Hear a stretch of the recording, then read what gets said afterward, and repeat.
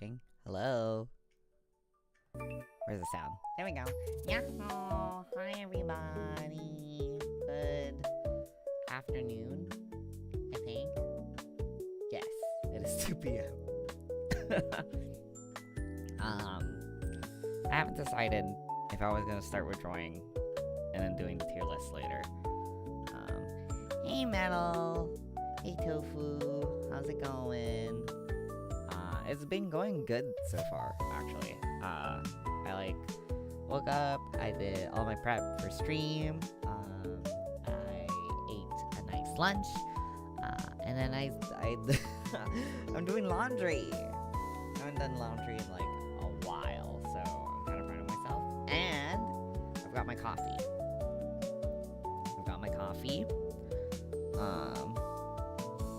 Let's see.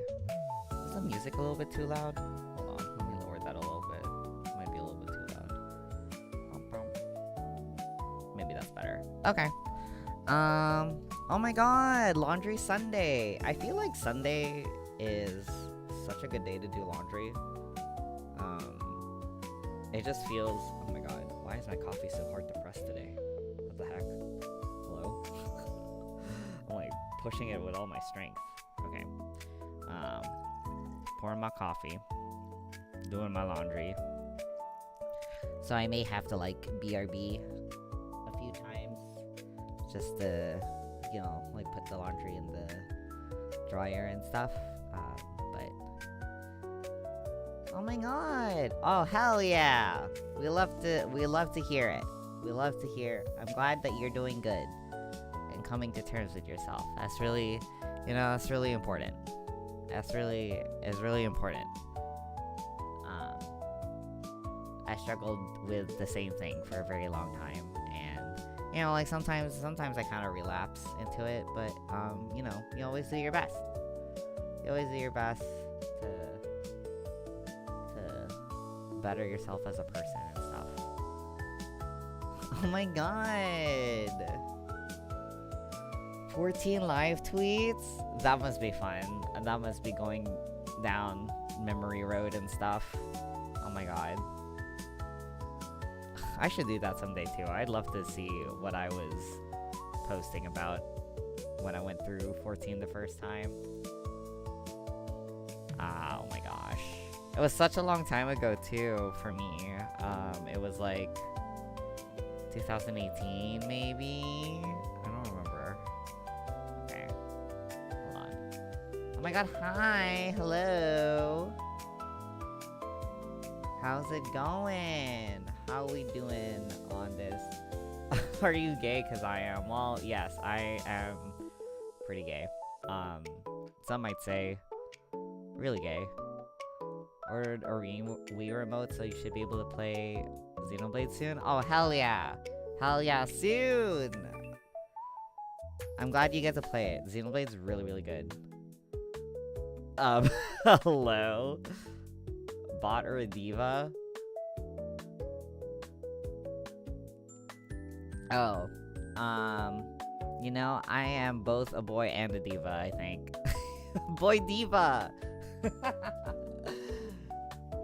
Yeah, I think I'm both of those things, to be honest. Anyway, just so y'all know what we're doing today, I still haven't decided if I was gonna draw first or like do tier lists, but I think I might start off with the tier list and then we can decompress later with some like drawing.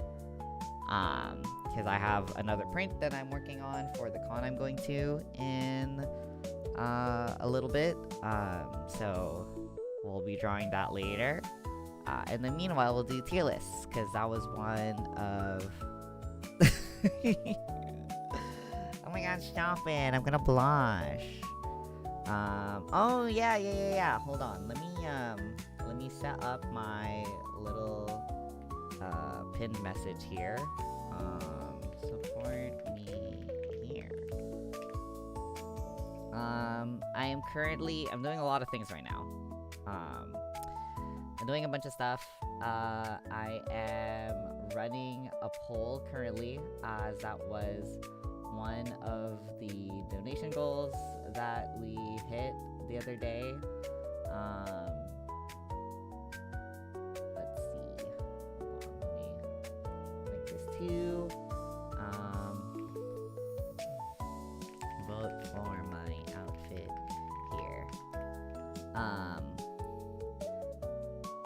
I won't pin that one, but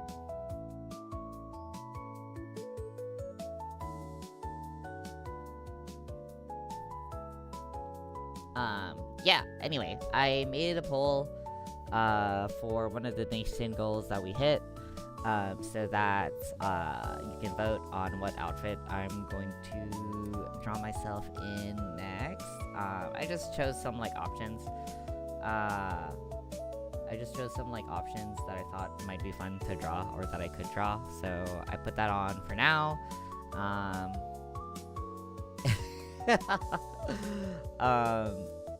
And yeah, it'll end in like a week.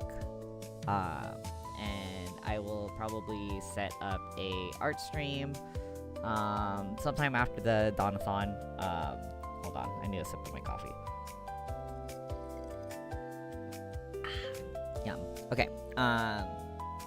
There will be an art stream sometime after the DAWNATHON where I'll be drawing whatever outfit that is from scratch. I think that'll be super fun. In the meanwhile, the DAWNATHON is still going. I still have like 2 goals left on it. I'm kind of wishing that maybe I had more foresight and like added more different goals in the latter half of my dono goals, but I, to be honest, did not foresee getting this far in the first place. I was really thinking like we would hit Resident Evil 9 and I would be completely satisfied with that for the rest of the week, that it would just be that. So anyway, all that to say, I'm really grateful for all the support that I've gotten so far. So yeah, I figured we would do tier lists. If anyone has any suggestions for what you'd like me to do a tier list for, feel free to just chime in and chat about that. In the meanwhile, there's one that I was going to do because when we were playing Pokemon the other day, it was suggested that I do that. Okay, hold on. Where's this window? Is this it? Oh, hold on. We're not doing art yet. Don't look at this. Don't look at that print. I just posted this print on Blue Sky, actually, because I finished it last night. I was supposed to actually work on this on stream, but I had some time last night, so hold on. Where's the tier maker? There it is. There we go. Okay, let me just move myself off to the side. Like this. This is better. This is good. Yay! Yeah, I thought we could do tier lists. I'm gonna start off with, I think it was a Pokemon one that I was gonna do. I think I was gonna, like, rank all the mainline Pokemon games. So I figure we'll start with that. And, ooh, hold on. Why'd I zoom in? Hold on. What the heck? Ew. There we go. Is there a Pokemon mainline game? Pokemon Starter, Pokemon mainline games. Surely this has all of them, right? Oh my god, it does! Okay, yeah. I figured we could start with this one because I've pretty much played at least one game in each of the mainline Pokemon titles. I've been playing Pokemon since I was a wee little lad. So I figured we could start with this. And like I said, if anyone wants me to do any other tier list, let me know, and I will do it. I'll expose my tastes to the world. Anyway, should I leave these as S, A, B, C, D? Instead of, let's make this F tier. Let's call this one F tier, S tier. And S tier is gonna be like super special awesome. Super special awesome. A is gonna be kind of like, A tier is gonna be like, loved it, but it's not the... No, that's a little bit mean. I feel like A tier is like... I don't know. How do we describe A tier? It's like the best, but it's like... And I would play it again, but I wouldn't play it like more than 3 times or something, you know? It's something like that. Love it, love it, love it. Love it, love it, love it. Let's just go with that. Eh. Oh my god, why did it... Hello? Why is it... Ooh, why is it so ugly? Okay, let's just do it like this. B tier. This is the one where I'm kind of like, I love it, but like, it's got some issues. Love it, but let's just go with that. And then C is like, it's okay. And then F tier will be literally like, no. I really doubt any of the games are gonna be, I really doubt any of the games are gonna be like down all the way at F tier, to be honest. But we'll see. Sorry, I'm drinking my coffee at the same time to wake up.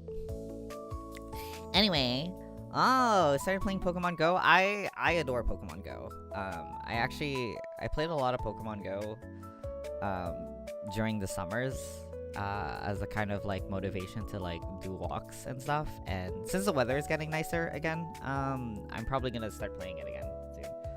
Anyway, let's start with the first one here, which one is this? It's so hard to see. Hold on. Can I like zoom in? Alpha Sapphire. Okay, so we're gonna, by the way, we're gonna just gonna, hello? Don't know how to do words. We're gonna match up. Oh, don't worry. I'm also like really scared of people, to be honest. In like IRL, I'm like really scared of people, so I'm also kind of screwed for raids. I just kind of don't do them pretty much. Any of the things that require like to hang out with other people, I kind of don't do, just because I don't have enough friends in real life who also like still play Pokemon Go that are like near me. So I just end up not doing raids. Yeah. Oh, well, I believe in you. You can, if you want to, you can unalienate them, maybe, somehow. I believe in you. Okay. How we're gonna do these games, by the way, is the ones that are like in a pair, so like Alpha Sapphire and what's this one called again? Omega Ruby. We'll like count them as a unit, and I'm going to just put the one that I'll put on the tier list is the one that I actually played. So for Alpha Sapphire and Omega Ruby is the one that I played. And to be honest, okay, I have a fun story about Omega Ruby, to be honest. I don't know where I'm gonna put this. Let's just put it here for now while I tell my story. So I have the Pokemon gen that I skipped when I was younger was Gen 3. So I didn't play the original Sapphire and Ruby. I think they were on the GBA. Was that on the Game Boy Advance? I think so. And I didn't have one, so I didn't play this game. And so when Omega Ruby and Alpha Sapphire came out, I didn't really have nostalgia for it, but I was really excited to play it because a lot of people have, you know, like a ton of nostalgia for Hoenn and the music and the features and stuff.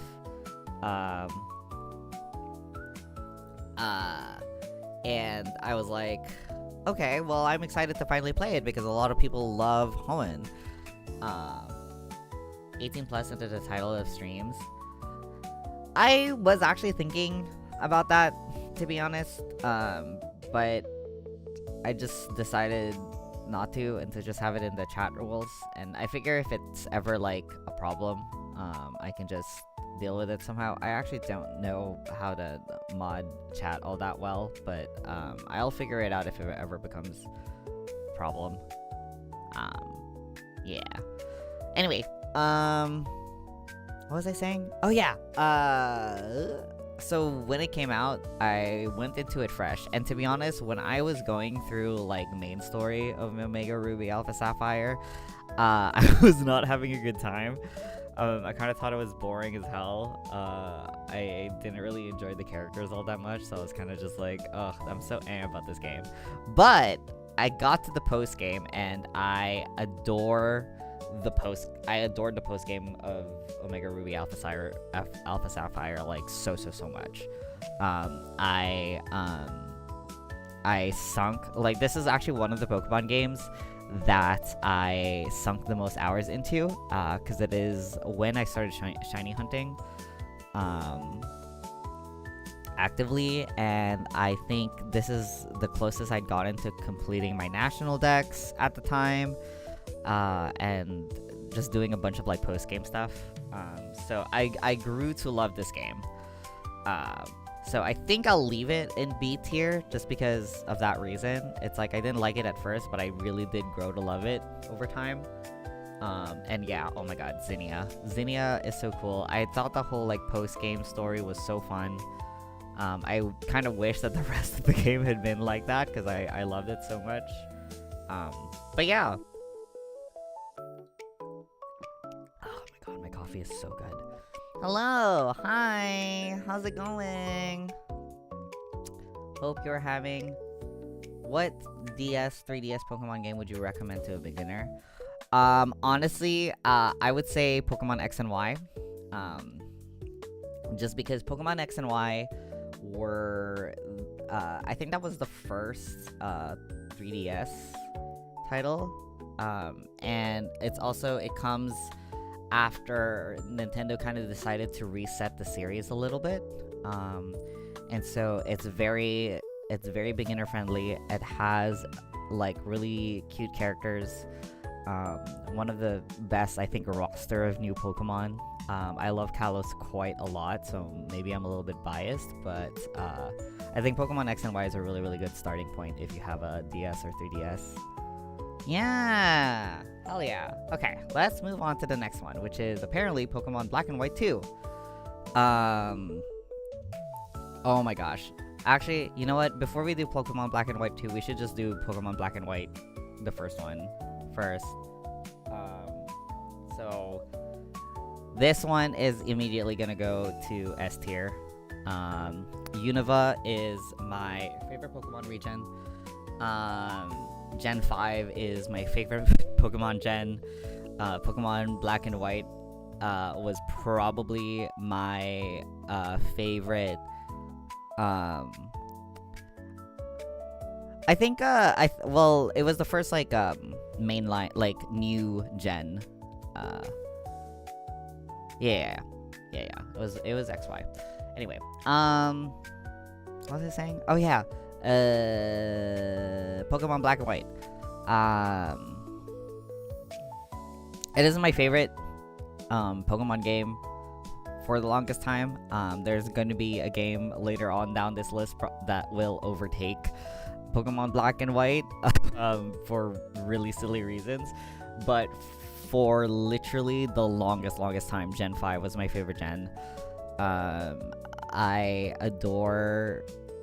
largely what stays in my mind is that I love the kind of like 3D pixel art style of Pokemon Black and White, like the sprites that they had for Pokemon Black and White. They were my favorite.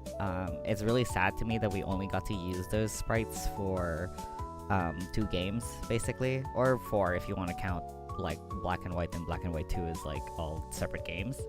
But I love those sprites so much. I love rotation battles and triple battles a ton. Oh my gosh, it was your first?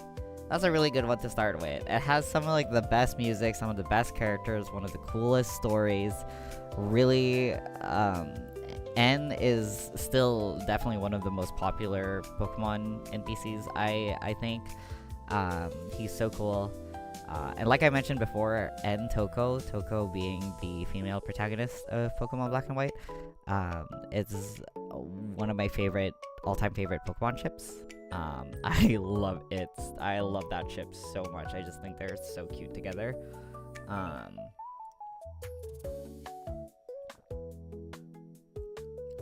sip of my coffee. Yeah. Plus, I think Zekrom and Reshiram are really, really cool looking dragons. I love their design like a ton. I could speak endlessly about Pokemon Black and White, how much I love it. It's definitely S tier game, super great. It's also probably not one of the easier Pokemon games to play. It's not one that I would recommend to beginners typically. Although I think any Pokemon game is a good starting point. Like, ultimately, these are all children's games, so really you could start from any. But Pokemon Black and White definitely felt like the culmination of a generation, to me at least. It was very like we kind of grew up. Like, if Gen 6 felt like a reset, basically, then Gen 5 was kind of the end of, like, the like, DS, kind of, like, 2D sprite era of Pokemon, basically. It, like, pushed it to its maximum capacity, and I think it really did super good at that. Yeah. Banger game. Okay, and now Pokemon Black and White 2, which is a direct sequel to Pokemon Black, and I'll probably have to put it up here. It's not super special awesome to me, but I adore it kind of by virtue of it being a sequel to one of my favorite Pokemon games of all time. I love its protagonists and rivals.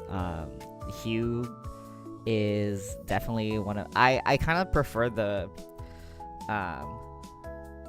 it was designed for people who fell out of the series and designed for new people, which is why you only get old Pokemon games in the post-game. Yep.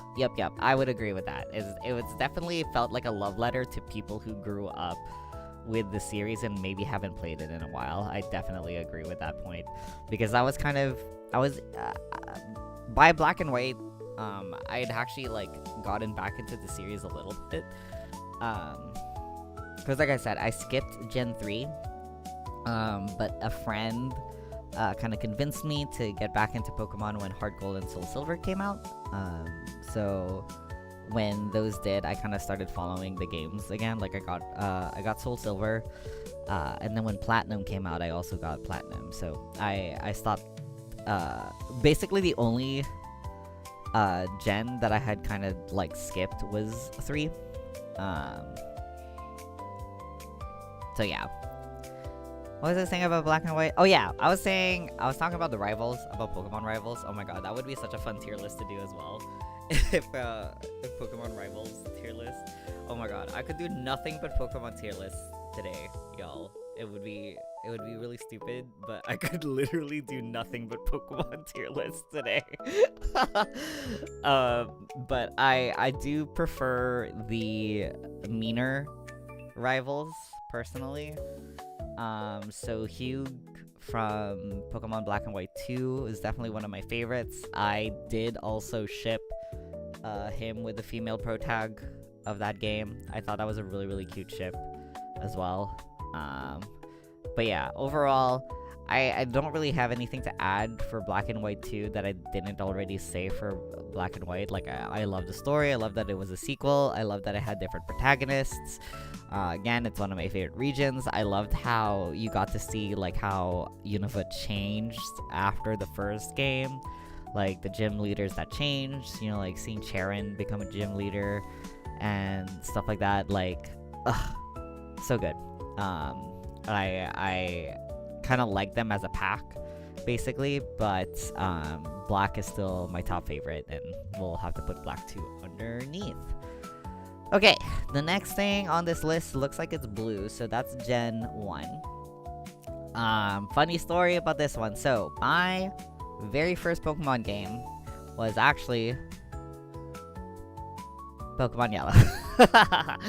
We're gonna put it in C tier for now, and we'll see if talking about it changes my mind. But so, my very, very first Pokemon game was Pokemon Yellow. I received a Yellow, Game Boy Color, and Pokemon Yellow as a gift from a relative. And this was...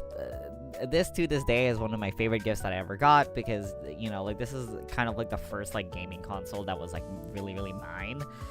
and I obviously spent like a ton of hours playing Pokemon Yellow.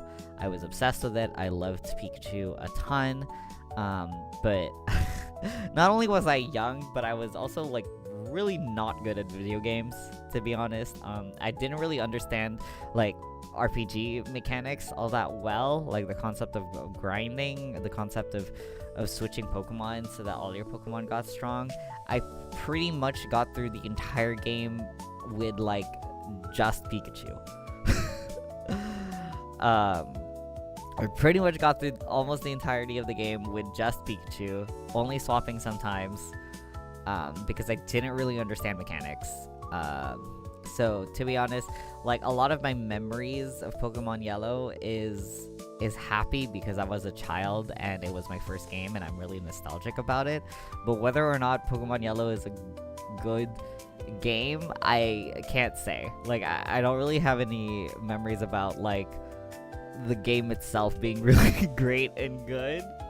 It's mostly the memories of like playing them at parties and like having family friends be like oh, or you're playing Pokemon, blah blah blah, and like talking to other kids about Pokemon and stuff like that. Like a lot of my Pokemon Yellow memories are really like not related to the game itself.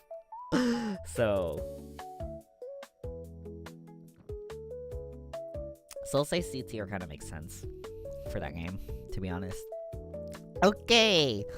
Pokemon Crystal. Crystal, I believe, was I am a certain age. LOL. I'm a certain age. I'm an age of some kind. I think Crystal is the third version that goes with Silver and Gold. So this gen, okay, this might be a little bit controversial, but we're probably gonna put Silver over here in B tier, and I will explain this. I will explain this why it's not higher.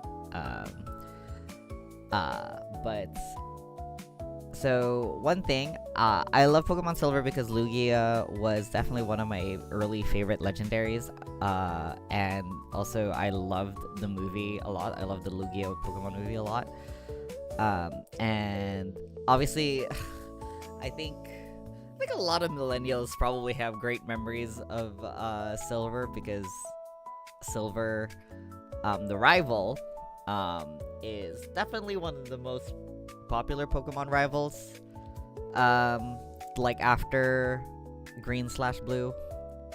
I might even say Silver might be more popular, to be honest. I think Silver might be more popular. Is that biased? Am I biased because he has red hair and he's mean and has a cool storyline and he's basically like Shadow the Hedgehog?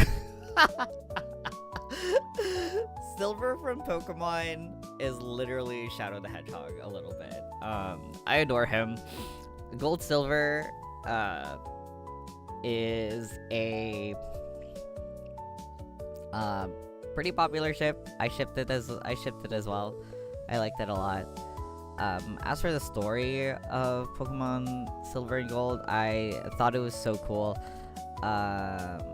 Johto is definitely one of the prettiest regions, I think, and one of the regions I have more nostalgia for.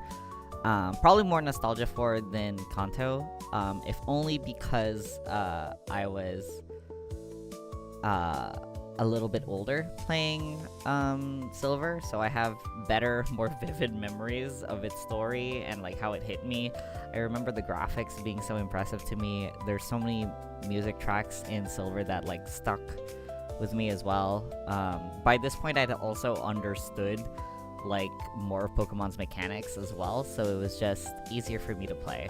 But the reason it's in B tier is because it's not Pokemon Soul Silver. And when we get to Heart Gold Soul Silver, I'll talk about that more. because it looks like the next one on this list is Gen 4 for some reason. So Pokemon Diamond, Pearl, and Platinum. Of these games, the one that I played was Pokemon Platinum, which, this is gonna be crazy, I'm putting in A tier. This is a game that I know in the Pokemon community at large is a little bit controversial, and controversial by which I mean, like, a lot of people don't like it. A lot of people think it has like a lot of objectively bad points to it. But for me personally, it's one of my favorite gens. It's one of my favorite stories, and some of my favorite legendaries as well. I love Giratina a ton. I think he's like a weird worm creature, and he's so cool. His design is so cool. That dimensional rift like area that you end up going to at some point in this game is one of my favorite areas in any Pokemon game, even though I got lost there as a child. I don't know. Was I a child? I think I was a teenager by this point. Perhaps.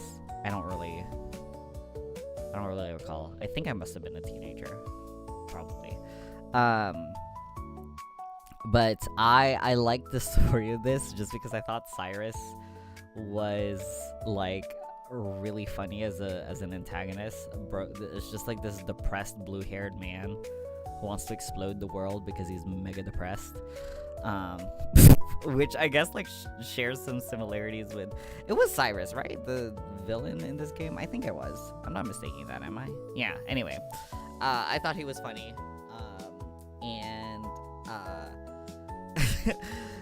The female protagonist of this gen, by the way, if you didn't know, is Dawn. So a little bit of my namesake is from that. So it's hard for me not to be, you know, like really happy about this game and cheerful about it.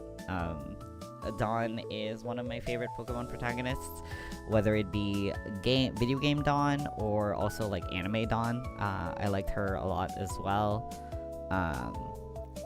And I have a lot of fond memories of Platinum. I think it's a good game despite its faults. And by its faults, I mean stuff like it has what is considered, I think, the longest kind of tutorial section of any Pokemon game. And I don't know if this was changed in Platinum, but I know in Pearl and Diamond, it's also the longest time you spend without, like, getting running shoes.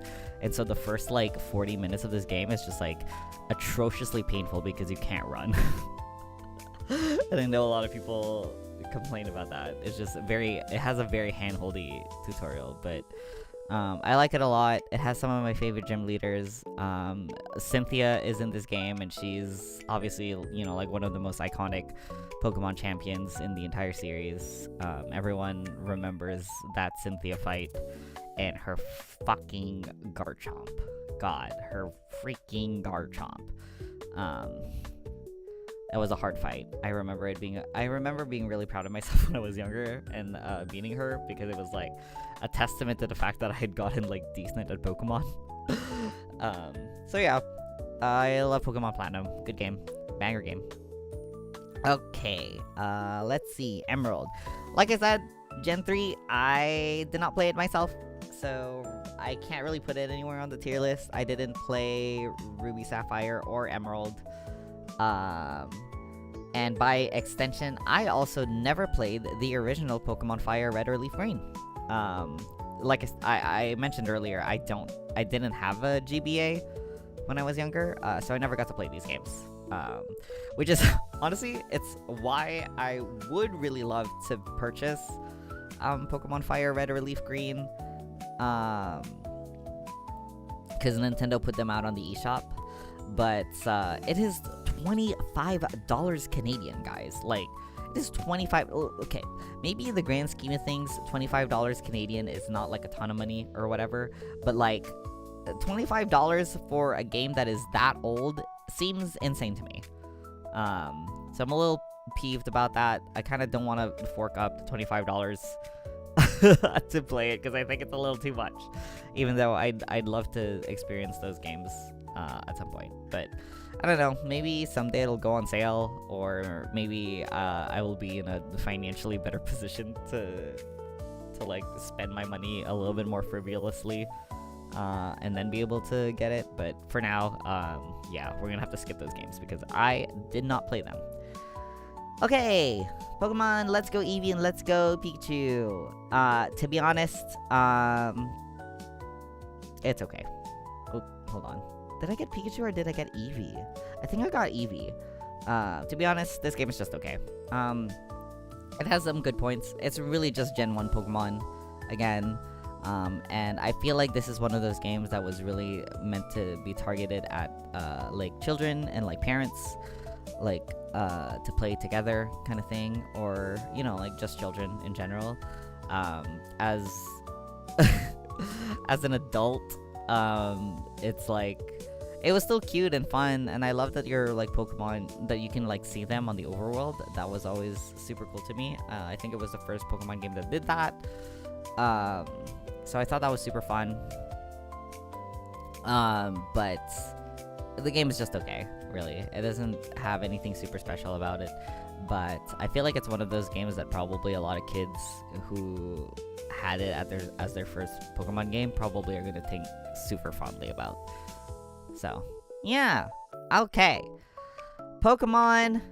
Oh my gosh, we're at Sun and Moon now. The one that I played was Moon, I think. I actually, this gen I own both. This is the gen that I own like all the games of, I think. But I think Moon is the one that I actually played, and that's gonna have to go on an S tier for me. One, because I played the hell out of this game. It has some of my favorite legendaries. I am a little bit like mixed feelings about like it not having gyms and stuff, but I love shiny hunting in this game. I loved a lot of the new Pokemon in this game. Like I think Marini and Toxapex were introduced in this gen, and I love them a lot. I love Alola as a region as well, and I have such fond memories of playing this game. I love the sprites in it as well.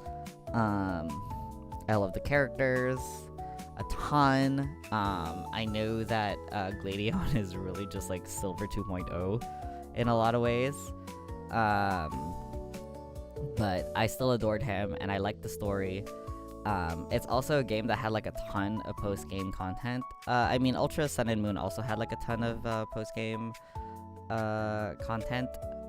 So you'll see that I'll also put it up pretty high. But I loved Pokemon Moon quite a lot. Yeah, the change from the gym was like a really interesting thing. The reason I have mixed feelings about it is because I'm not sure it was quite as fun as it could have been. I wish there was more challenge when it came to it, to be honest. But one thing I really liked about the story of Pokemon Sun and Moon is that, like, you were clearly, like, I feel like your relationship with your Pokemon rival, like, goes two different ways in most Pokemon games. So it's either the rival is clearly stronger than you are, or you're clearly stronger than the Pokemon rival. And Pokemon Moon is definitely one where the protagonist is clearly more skilled and talented than Hao was. And it was one of the ones where I actually liked that dynamic a lot. So, loved it a ton. Now with Ultra Sun, Ultra Moon, I own both, and I played both. This gen is probably the gen that I played the most. I adore it, like, maybe more than I realized, to be honest, because I never bought all of the games in a gen before. This is the only gen that I've ever done that for.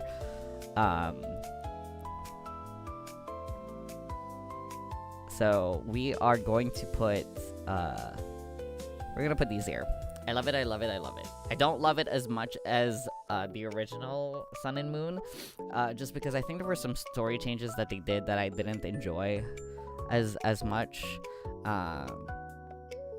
And I feel like there was some, I don't know.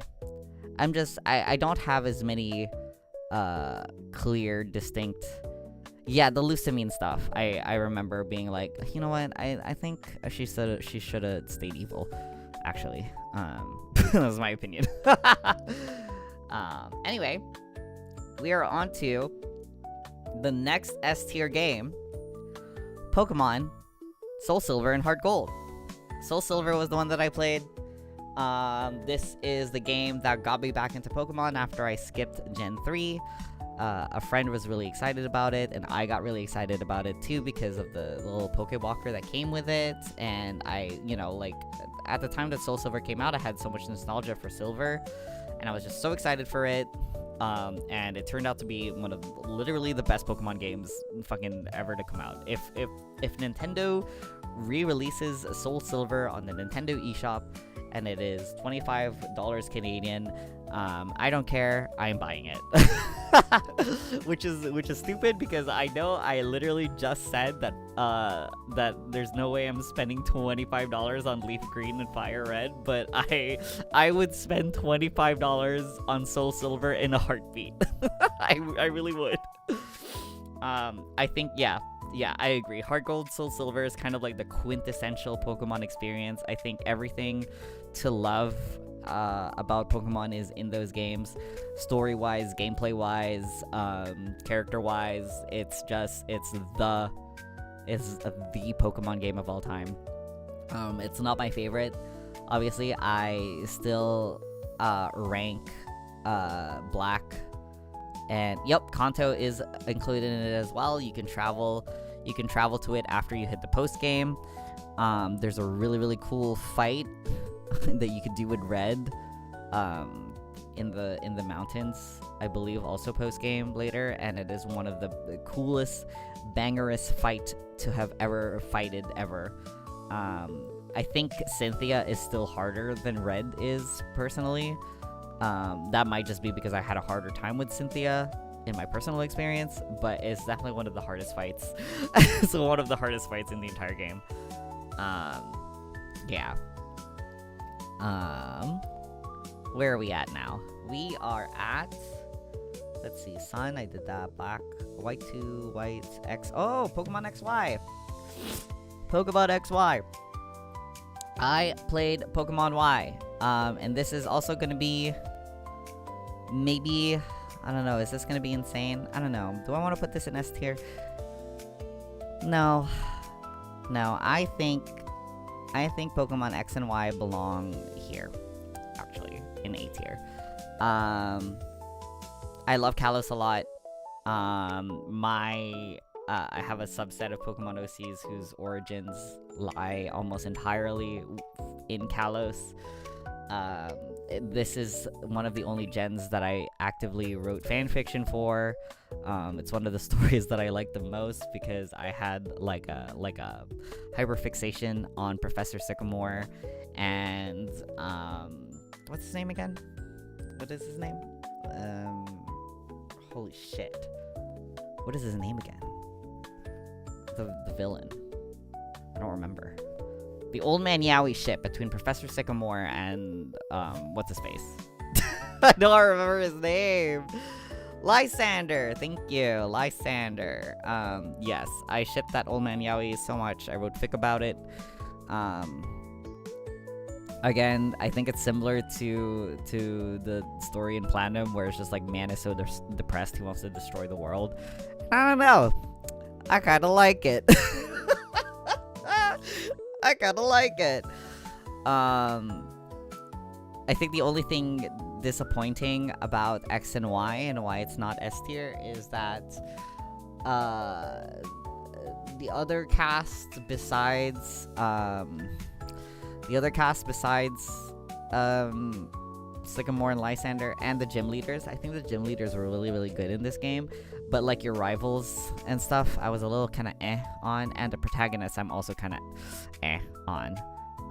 which is interesting because I think specifically Serena, the version of her that exists in the Pokemon anime, is one of my favorite deuteragonists in the Pokemon anime. I love her a lot. I had mentioned it before, but Serena and Ash is like one of my favorite Pokemon chips, and I like them a lot. So yeah, good game. I like X and Y a lot. Also, shiny hunting in this game, banger, super cool, super fun. Yeah, I kind of always thought that they were held back on what they wanted to do with the plot as well.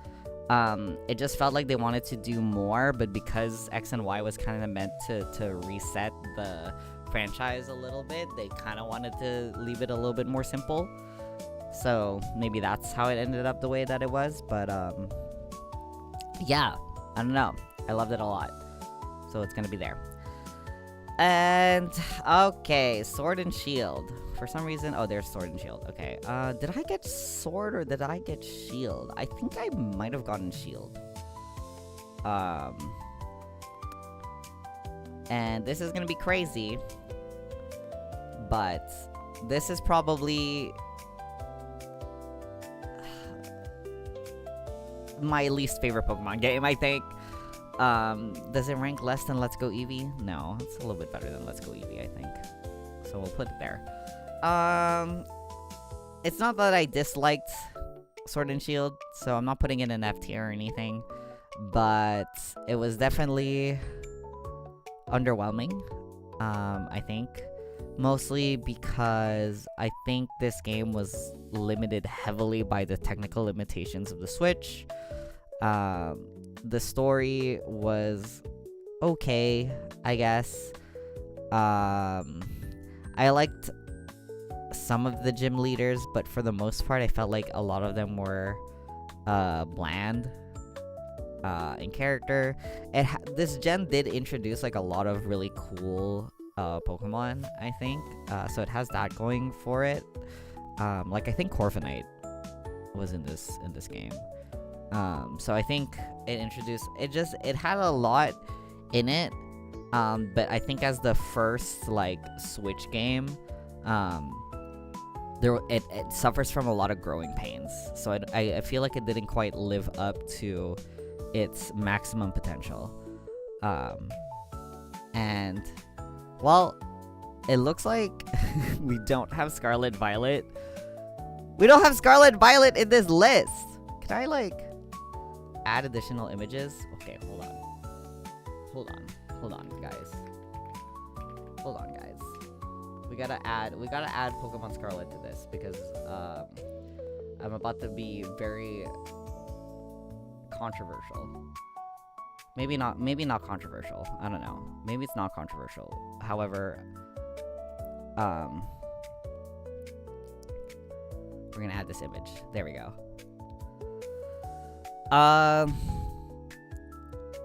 Pokemon Scarlet is going up there. Pokemon Scarlet. Pokemon Scarlet Violet. Pokemon Scarlet Violet is S tier. It's my it's my favorite Pokemon game.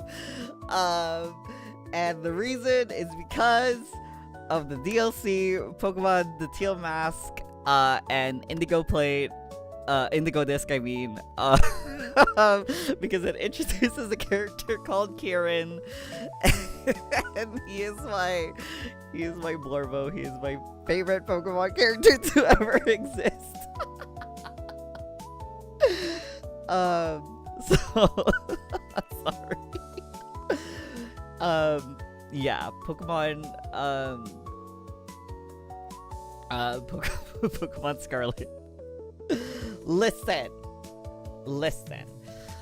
Scarlet Violet definitely suffered from. Okay, listen. I'm gonna give my fair review now. My fair review. Pokemon Scarlet Violet had a lot of issues when it came out.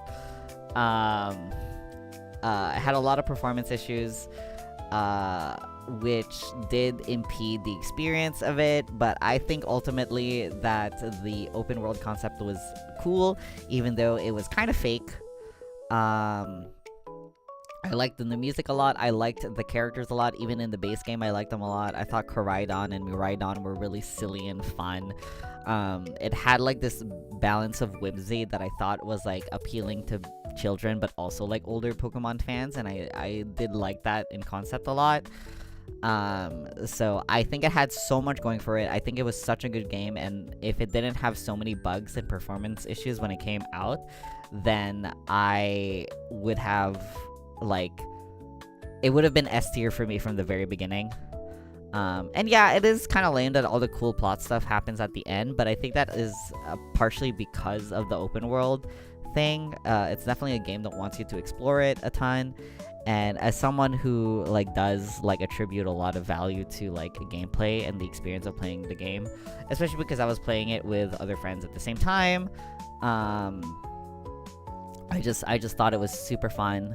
And I liked that. I love the teachers, I love the extra content, I love the shipping, I love, like, all of the NPCs in this game are so lovable and full of personality, and I personally didn't mind that the plot was condensed all towards the end, because the experience of going through the story and getting to know all of the characters as I went on was like my favorite. I loved it so much. I loved exploring together with stuff. I loved going on picnics. I loved the new Pokemon that got introduced in this gen. I love the region itself. I think it improved upon every single complaint that I had with Sword and Shield in every way ever, minus the technical issues. Like I said, that came out at launch. I feel like maybe if I had the capacity to like have waited and played it maybe like when the Switch 2 came out instead, that it would have been literally the most perfect game ever to me. And yeah, like I said, Teal Mask and Indigo Plate is one of my favorite Pokemon stories ever. Not one of, it is my favorite Pokemon story ever. I love Kieran, I love his character development, I love his dynamic with the protagonist. He is my favorite Bloribo of all time. I love him. Best game ever. Hands down, no contest. I will not be taking questions or arguments at this time. Thank you.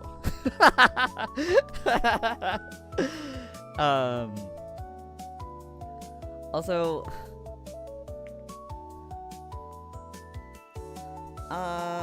yeah, those are the mainline Pokemon games, I think, right?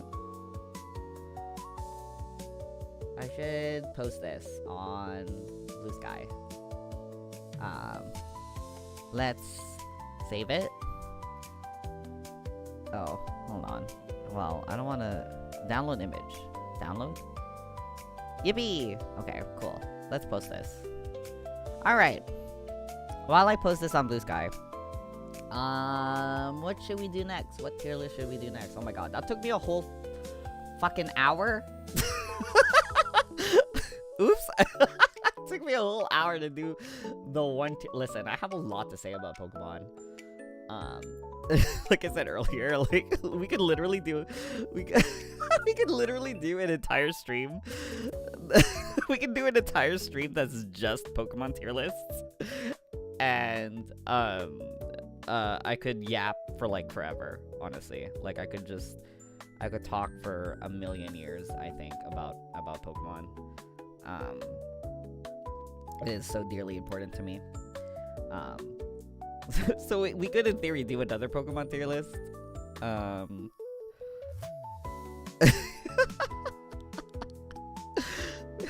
We could do another Pokemon tier list. But okay, hold on. Let me post this one first. Let me post this one to Blue Sky first. Or should I retweet? Reskeet? I'll reskeet my original post. And then I'm gonna post this tier list. Rate my favorite Pokemon characters. Ooh, I wonder if tier list. It probably does. Let's see.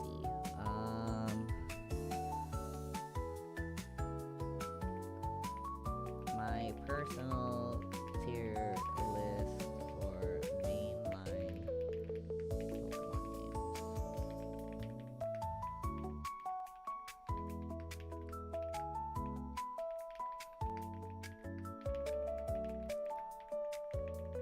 Okay.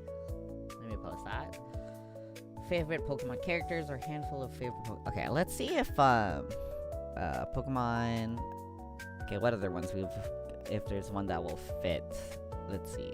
We've got Pokemon Starter. We got Mega Pokemon. Legendary. Is there one that's like Pokemon characters? Let's see. Pokemon Rivals. I would love to do Pokemon Rivals. Pokemon Rivals.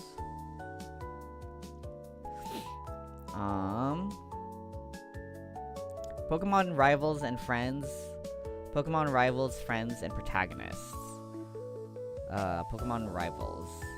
Ooh. I think Rivals and Friends would be a good one to do. Maybe. How many characters is this? Oh, Kieran is on this list. We could do this one, I think, right? This is Pokemon Rivals and Friends, so these are all like the mainline Pokemon partners, I suppose. Let's do this one. It looks like they're... It looks like they're in order as well, by generation. Okay, so,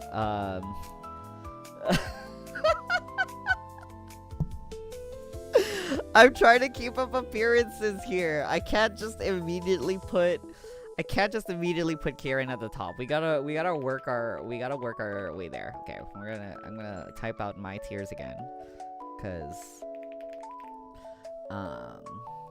B tier, C tier, A tier, and S tier. Okay, we gotta work our way up, you know. Okay, so Mr. Green slash blue slash Gary slash boyfriend. I actually am like, there was a time where I did like ship him and Red like quite a lot. Like I just like that ship just because like the art and the dojins that they got were okay. Listen, so here's the thing: a lot of these rankings are gonna be based on how much I like the ships. I'm gonna tell you right ahead. A lot of these are gonna be based on how much I liked the ships, and also if they're mean. Anyway, so on him as a character, I'm kind of okay, I guess. I think he has a cool, brash, mean personality, but he is kind of shallow to me personally. He's very like standard Pokemon. I guess he is the first one, so he's very standard Pokemon rival coded, and that does make him a little bit boring to me. So he's kind of classic. So I guess it's like I love him, but like he's just okay. I love him with Red, but he's just okay. Silver, however, I love Silver a lot. He's not S tier to me, but I love Silver a lot, because Gold Silver, like I said, I like that ship a lot as well. I think he's a cool character. I think he's basically, he really is like literally Shadow the Hedgehog. He goes through a cool arc. He has a cool, he's really cool. He's really mean. I like him. I like his design. Yeah, he's cool. I like him. Oh my god, May is on here. Is this one just like pretend? Oh my god, I think this one like assumes that you're playing male pro tag, probably, which is fine. Okay, May. Where are we putting May? I honestly don't remember all that much about the rival in this game, so that is pretty bad. So I'm gonna say she's just I don't know, but if we like count her like anime counterpart and stuff, like May is okay. I will say May is okay. Wally is also okay. I know I should, you'd think I'd like Wally more because he's a cute boy. But I think he's just okay. Barry.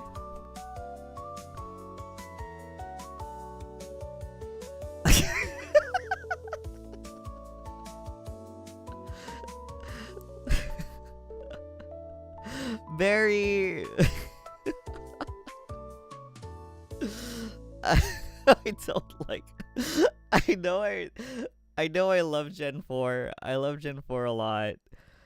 Um I think I did used to like him when I was younger a little bit, but to be honest, I now just think he's kind of obnoxious and annoying. He's kind of annoying. He's a little too much. He's a little too genki for me. I need him to calm the fuck down. Yeah. I need him to calm the fuck down. Uh Bianca. I love Bianca. Bianca is adorable. But I think not enough was done with her character, to be honest, for her to rank higher on my list. Um, like I like her a lot, but she doesn't really have much going on, so that puts her in B tier. Um, however, Charon goes up here. Sorry, Silver. I like Charon a lot. I think he's really cool. I love a cool Mega Nate character. And of course, this is Unova, which is, like my favorite game. Like one of my favorite regions. So he's up there. I like that he becomes a cheerleader. I think he's a really cool rival. He has a really cool theme as well. I love his character design. Yeah. Anyway. Okay, N. N, you might be surprised by N. You would think that N would go into S tier, by virtue of N Togo being like one of my favorite chips, but he is really just A tier to me. I think he even ranks under Charon, to be honest. Because Charon has more moe to him, whereas I think N's moe for me comes from me shipping him with Toko. And as a character by himself, I think he is not as interesting to me. He's interesting to me because I ship him with Toko. So that makes him not S tier. To me personally, I do love him. He has one of the coolest themes and one of the coolest designs in the game, I think. So yeah. And you're right. This man, Hugh. Hugh is S tier. I love him. I love him so much. Which is so funny because I did rank Pokemon Black as higher than Black 2, but like as a character, Hugh is one of my favorite rivals of all time. I love that he's mean and kind of a tsundere with May. I think he's also like the big brother type. I love that he's a little bit of a tsundere. It's really moe to me. He's like mean, but he's nice deep down. So he has like a gap that like I feel like Silver doesn't have, or at least a gap that I enjoy more personally. So I like him a lot. I think he's cute, and yeah. I like him. Oh my god. I don't even remember her name. Girly Pop, I don't even remember your name. So that is not good.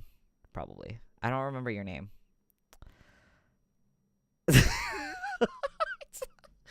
Isn't this the character that you have like a little like crush moment with her on the mansion or whatever, but I don't remember her name. So she is literally, what is her name? Who is she? Who is that girl? We don't even know. We can't put her anywhere because I don't remember anything about her. Serena. Okay, like I said, I love anime Serena a lot, but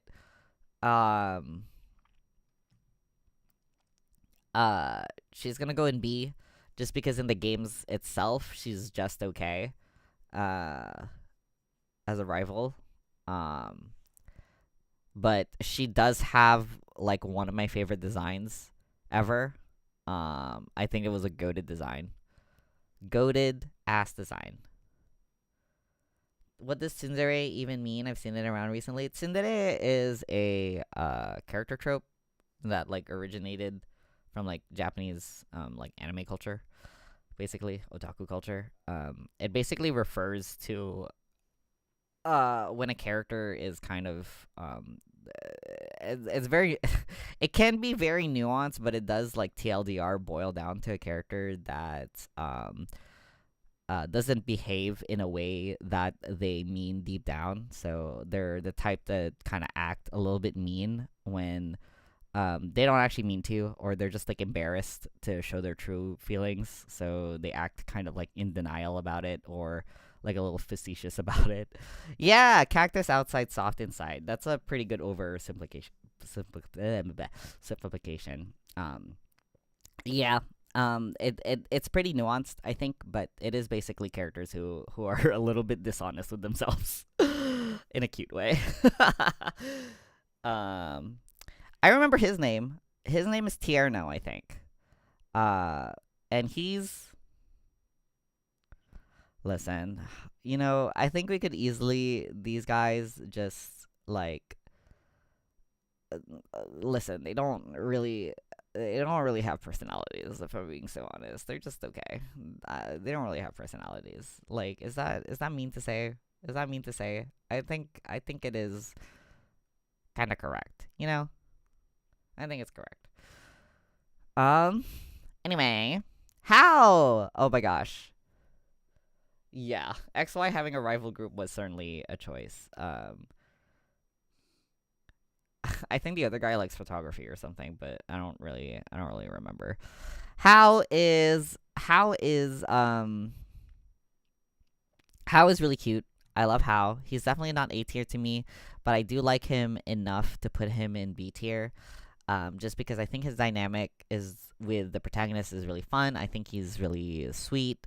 He's one of the only sweet rivals that I like. I typically don't enjoy the sweet rivals all that much, to be honest. So he's one of the few that I do actually enjoy. He's just a sunshine boy. Yeah, he's just so cute and sweet. Like good for him. Okay. Lily and Gladian. We are going to talk about. Okay. Actually, no. Let's do Lily first. Lily goes in A tier. Because she has a banger design, a banger story. I love her character arc so much.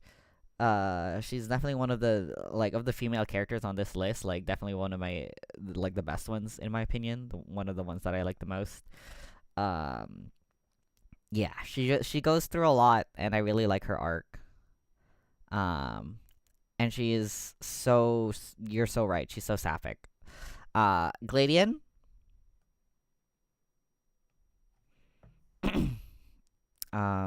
Do I need to explain this? Do I need to explain that one? Like, do I need to bother explaining that one at all? Like, I feel like I don't have to explain this one. I like him for all the same reasons I like Hugh. I like him for all the same reasons I like Hugh.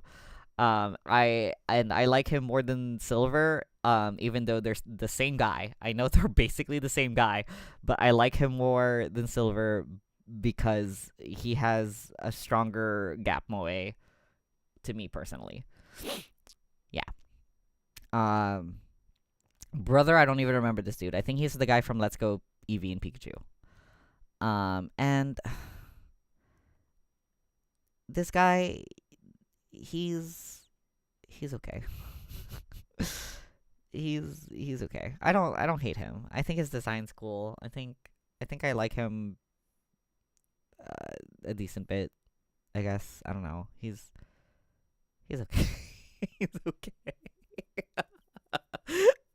I don't even remember his name, guys. Oh, Hop. His name is Hop. I don't even remember his name. He's okay. I do remember the discourse around him, to be honest. I think he's just okay. Our next girly pop. To be honest, I'm quite neutral on her. A lot of my enjoyment of her character comes from the fact that she's in a game I really like, and I like her design a lot. I think Marnie has a really, really cool design. So that's where most of my affection for her comes from, to be honest. What is this guy's name again? Bede. He also goes here, mostly because he's a little asswipe. He's a little shit stain. He's a little shit stain, and as we know from this tier list, I kind of like it when a guy is a little bit of a shit stain. Yeah, I remember liking him a lot back in the day. But it didn't last, you know? And kind of part of this tier list is how much they remain in my mind after I've like gotten over a Pokemon game. And I liked him a lot while I was playing it, but he's kind of faded from my brain quite a lot. So yeah. As for these next two, I never actually finished the DLC for Sword and Shield, so I don't think it is fair for me to rank them anywhere. So we are not gonna rank them. Girly Pop, she's gonna go here. She's gonna go there, and the reason she's going there is largely because I love her personality, and I love that she's just so battle obsessed, I guess. Like, her personality is so fun. I think she strikes a good balance between, like, sweet rival, but also, like, she actually feels like competition a little bit. You know, like, she actually felt like a rival. But they made her sweet instead of mean. And I like that a lot. I thought it was a nice change of pace from, like, other rivals that are usually, like, in her trope. So I like that a lot. Arvin, I'm so sorry. Arvin, you are literally, you're okay to me. You're okay. You're just okay to me. I'm sorry. I'm so sorry. He's just okay. I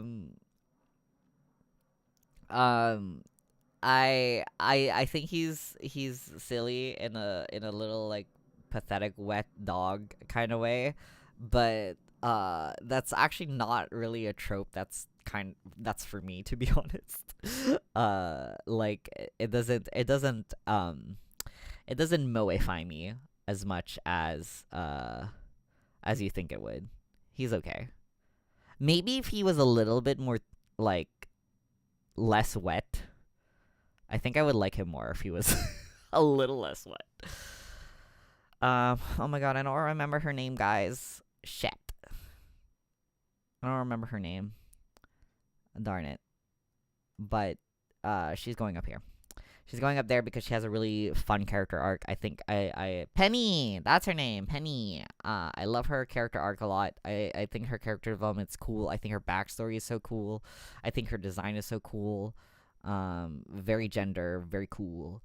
And it's gender in a way that I'm, like, not usually biased towards, you know? Like, it leans mask, but it leans very androgynous, and I tend to like, I don't know. Penny is really, like, agender to me. Like, androgynous agender to me, and I kind of enjoy that a lot. I think it's a very interesting character design that you don't really have in like, across, like, if you look at the designs of, like, even just the characters on this list, they're rarely designed in the way that she is, and I think that makes her very unique. And it's fun that she also has a story. So, yep, I love her a lot. And then next, okay, we're gonna do Carmine first. Carmine is up here. I love Carmine a lot.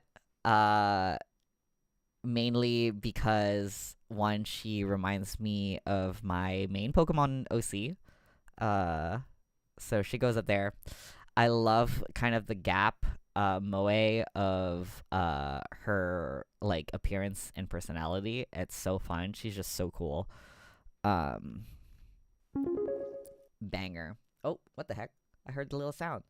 Oh my god, thank you. Whoa, what the heck? 78%. Oh my god. Thank you for the donation. That's a lot. That's crazy. Oh my god. Wow. Wow. Thank you. Holy shit, I'm gonna explode. That's insane. I'm blushing. I'm blushing. Oh my gosh, it's so embarrassing. It's so embarrassing. Hold on. Okay. What was I talking about again? I'm like distracted now. I'm like distracted. Anyway. Alright. Carmine. Right. Her design is so cool. She reminds me of my OC. She's Kieran's sister. I love her Gap Moe personality a lot. And yeah. And then Kieran.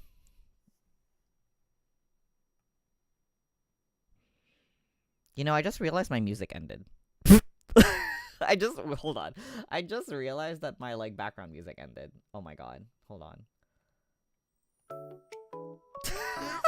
It ended like a long time ago too. Why didn't anyone say anything? JK, I'm sorry. I was like talking. I was like, anyway, what the heck? What happened? Why did Arvin go all the way up there? Hold on. Karen. There we go. Karen! Like I said, Kieran is my favorite Pokemon character of all time. I think he goes through one of the coolest arcs in a Pokemon story ever. It's crazy to me that Teal Mask and Indigo Disc are DLC when it is literally, objectively, the best Pokemon story ever told.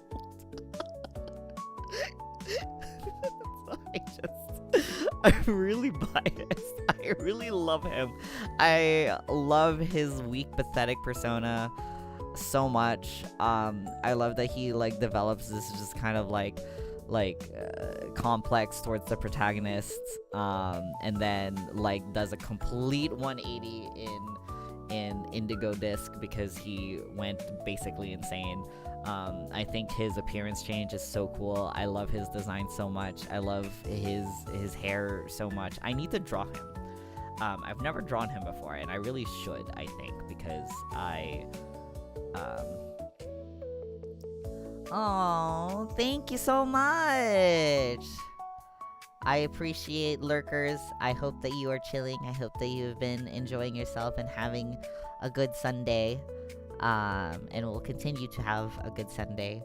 We will continue to chill with these tier lists and some art later. Anyway, I might have a little thing. Okay, so listen.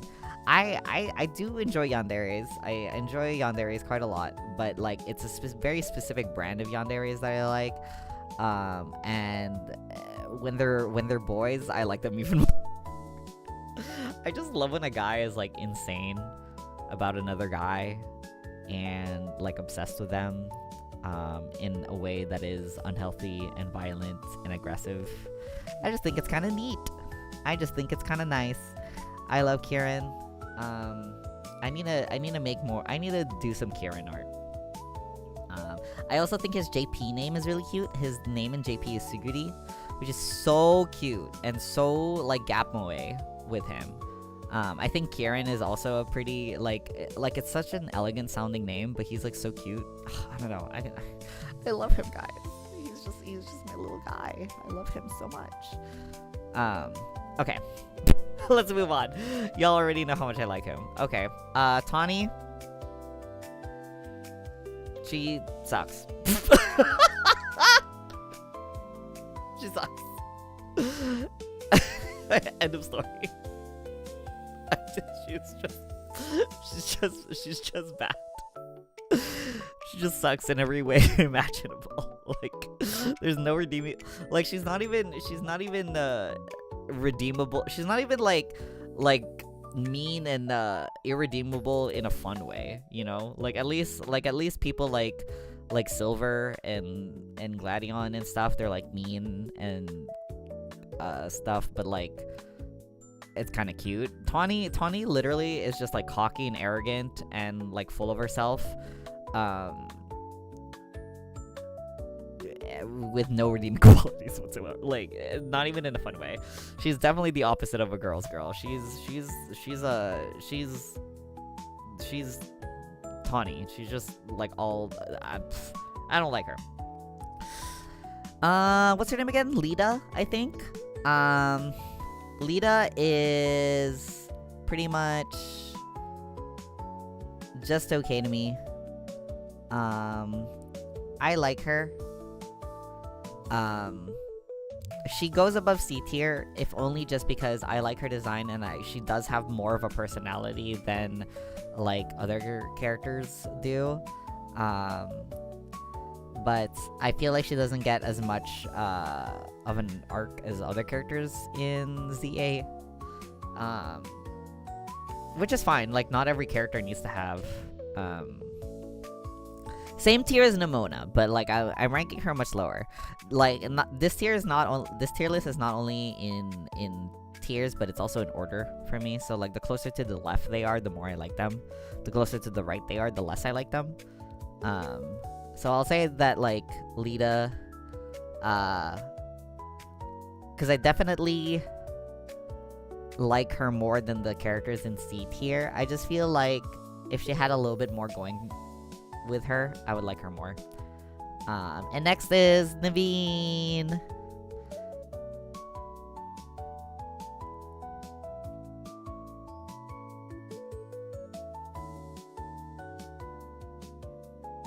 Naveen goes there. Sorry, Silver. I adore Naveen. Kind of a similar thing going on with Penny in that I love his androgynous design. I think his surly personality is really, really cute. His dynamic with Lita is also really fun. I love that he's like a tailor. He's good. He's really, really good. And we don't get all that many dark-skinned characters in Pokemon, to be honest. And Naveen is probably like my favorite one. So I adore him. So he'll go there. Yeah. Did we do good? This is a decent tier list, right? Yes, I love that he Oshis the streamer girl in ZA a lot. I think that's really, really cute of him.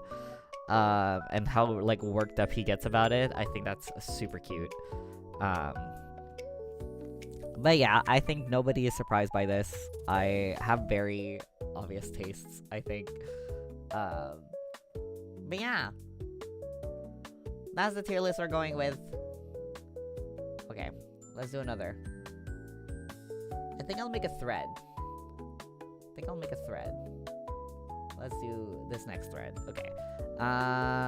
Ranking Pokemon rivals.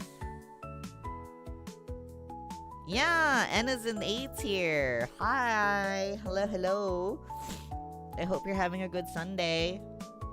Ranking Pokemon rivals for this friends. There you go. Yippee! Alright guys, we gotta do another tier list now. Are we doing a Pokemon one again? Oh my god, you just woke up and forgot it's daylight savings? Listen, I completely understand. I did my usual thing of like not being able to sleep more than 3 hours. So at some point I woke up in the middle of the night and like time had changed and it fucked my brain up so much that I ended up sleeping until like I didn't get up basically until like 1 o'clock essentially. So I had like a bunch of stuff to do before stream. But I got everything done in time, so you know, we're here and we get to relax and we get to chill. And hopefully have a fun time. Yippee! Alright, guys. What other tier list do we want to do? Do we want to do another Pokemon one? I wonder if they have a gym leader one. Would that be crazy? Would that be like too many? Would that be too many Pokemon tier lists? People who aren't in the stream are gonna look at my tier list and be like, girly pop, brother, why are you only doing Pokemon tier lists? Why are you only doing Pokemon tier lists? Let's see. If I do like Pokemon gym leaders, does that exist? Pokemon. How many are these? Oh my god, there's so many! That's so many! Wait, gym leader alternatives, RGB to SV. Oh my god, that's so many. It goes all the way up to Scarlet Violet. You know what? Maybe let's not do this one. That is too many.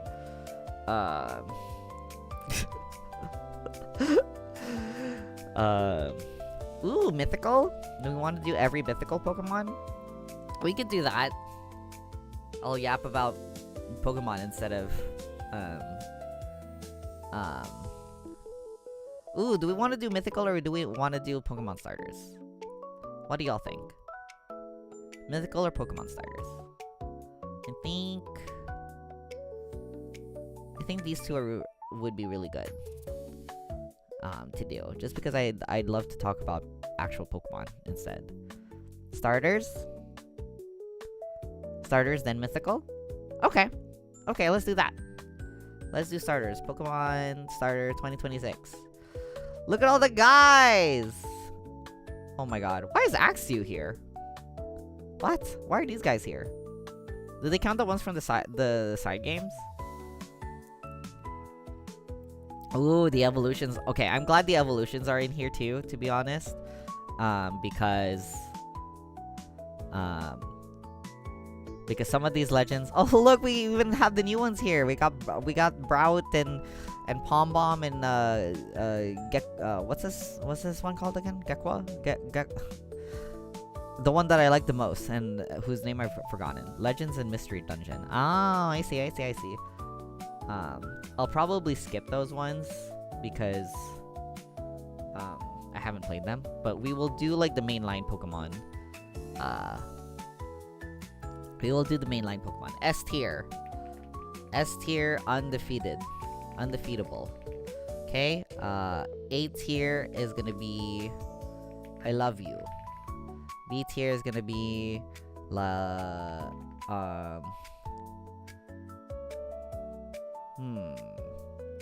I love you, but C is you're okay. Just okay. And then D tier will be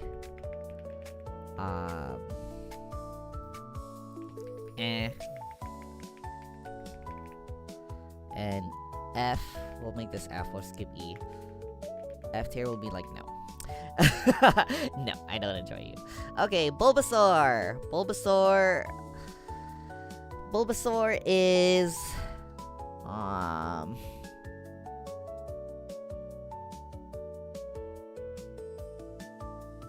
I love you, but I would never pick you. You know what I mean? That's kind of how I feel about Bulbasaur. I think he's adorable. I loved him in the anime, like the original anime. But he's okay. Like I wouldn't pick him. There's gonna be a theme. There's gonna be a theme in this tier list too. You'll notice rapidly. Ivysaur, is that what he's called? He's just okay. Venusaur,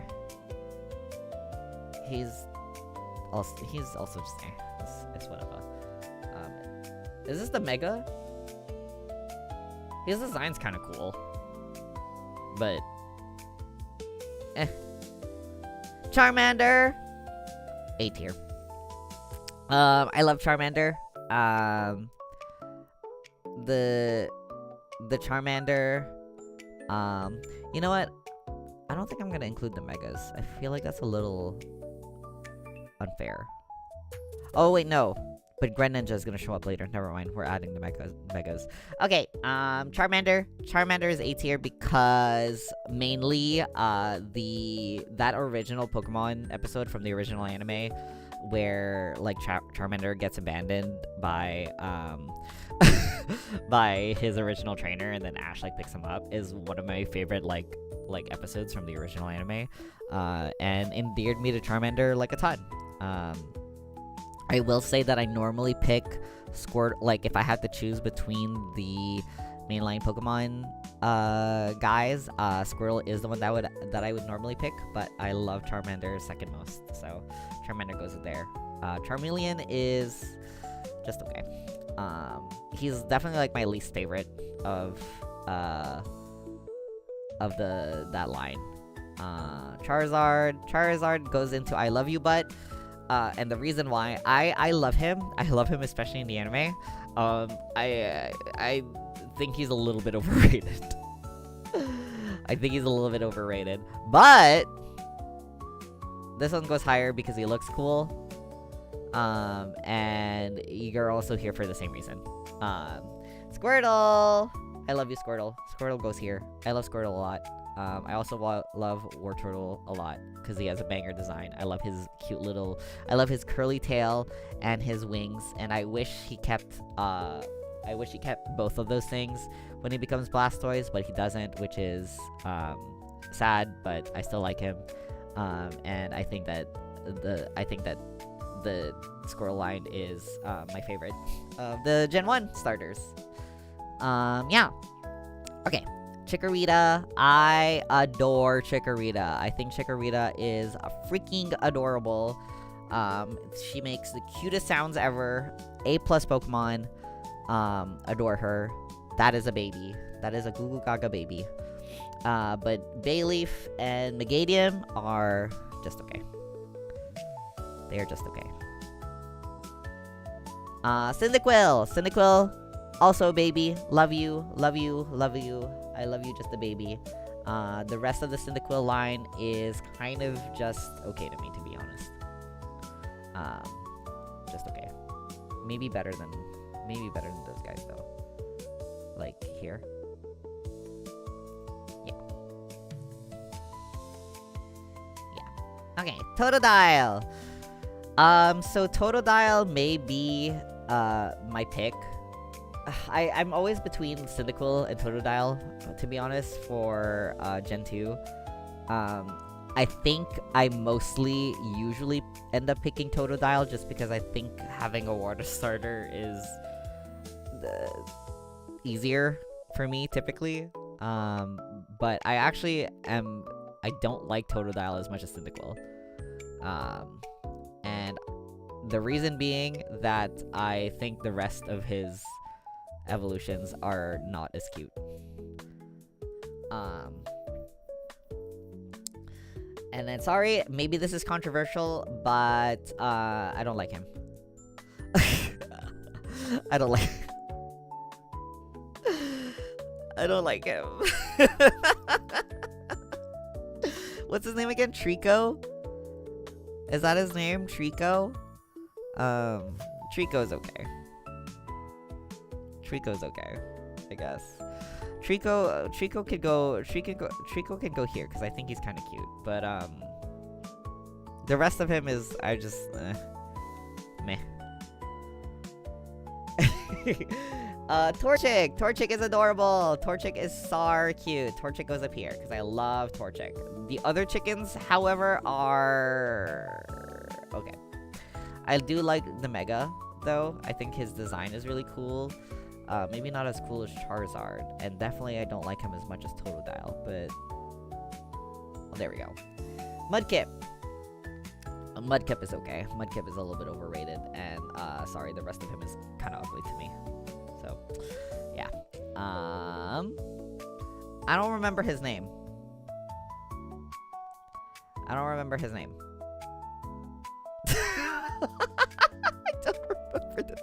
Turtwig, that's his name. Turtwig is okay. Turtwig is okay. Turtwig is just okay. Chimchar, however, Chimchar, cutie pie. Chimchar is cutie pie. And the rest of Chimchar also cutie pies. Huge Chimchar fan. I think he's adorable. Piplup. Piplup also huge. Piplup is adorable. The rest of him, not as adorable. Unfortunately. Not as adorable, but that's okay. Not everyone can be as cute as Piplup. You... This might be surprising. Maybe. I do love Snivy quite a lot. But same as Bulbasaur, I would, like, never pick him. I think this design is just okay, but I do like him more than some other Pokemon. And I like this one a lot, too. It's just that, like, I love Snivy, I just would never pick him. I just never... You'll notice I don't really pick grass types, ever, typically, as my starter. So yeah. Tepig! Tepig is okay. Tepig is probably better than that one. But I don't like the rest of him, to be honest. I don't like the rest of him all that much. Oshawott, however, beautiful, wonderful, A+ Pokemon. Actually, hold on. Yeah, Oshawott I like more than Squirtle. You're okay. And Samurott is also A tier. I love Samurott and Oshawott. Definitely my starter pick. For that gen. Okay, what's this guy's name again? Chespin? I don't know. Chespin is okay, I guess. I don't really like him. And then I think Chestnut is, like, kinda ugly, you know? Fennekin. Fennekin is A tier. Fennekin rules. Braixen is even better. I like Braixen probably more than Oshawott. But Delphox is ugly. See, look, listen. The thing is, I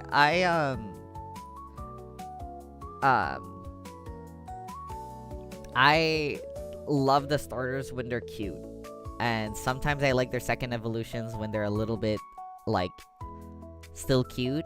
But too many of them become, like, sharp and ugly in their last form. And I don't enjoy it as much. Anyway, Froakie, S tier. Frogadier, S tier. Greninja,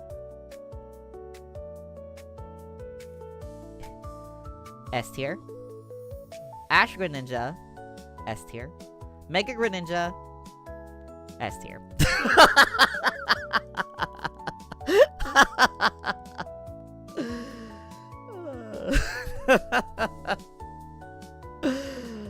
The entire Froakie evolution line is guys, you may not know this, but I have a little Greninja shrine behind me, actually. There's a blind box that I collected simply so that I could get the Greninja, and I was very lucky to get Greninja on my second blind box attempt. I own the little model kit for him. I own the little mini Lego kit for him. I own the Funko Pop and the little... I try to own as many Greninjas as humanly possible. Any Froakies that I can find, I just want to get my hands on. I honestly, if I want to, like, do a collection of, like, Pokemon TCG someday, if I could, if one day I'm in a financial place to do Pokemon TCG again, I would love to collect as many Froakie and Greninja cards as humanly possible. I think that would be super fun. Why do I like Froakie and Greninja so much? First of all, color scheme. It is blue, pink, and white. which is a color scheme that I adore a lot. I think Greninja is so cool. I love that his tongue is his scarf. He is also super strong. I tend to like special sweepers as Pokemon a ton, so he's just, I love him. I love him. He rules. A+. Okay, Rowlet. You're coming up here. You're not as cool as Braixen, but Rowlet is definitely one of my favorite grass starters, if not my favorite grass starter. That's just an orb. That's just like a little ball. That's just a creature. Dartrix, unfortunately, is ugly as hell. Sorry, Dartrix. You're you know what? Actually, you even go down here. You're really ugly. You're really ugly. However, Decidueye fucking rules. Decidueye fucking is so cool. I love Decidueye. Banger Pokemon. Is this Hisuian? He's okay. He's okay. Litten is pretty cute.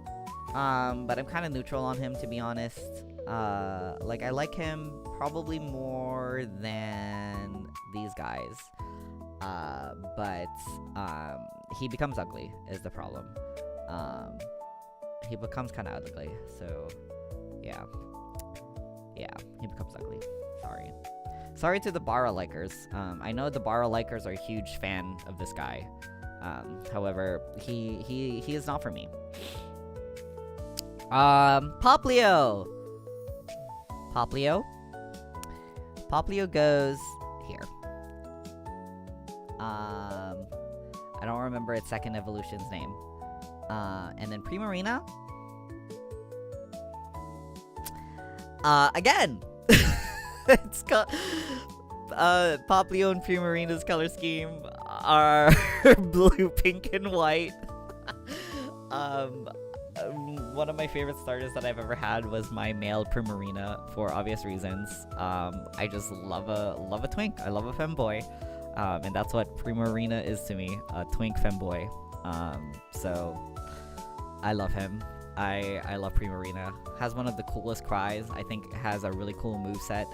It's also a special sweeper, I believe. Banger Pokemon. Super cool design. I love that it's like... I love its design so much. So what you're saying is Primarina and Greninja are your gender guys. Yeah, literally, they're like the two facets of my gender, I think. You know, like, Primarina is kind of how I present myself on a daily basis, and Greninja is how I present myself, like, when I'm not dressed up.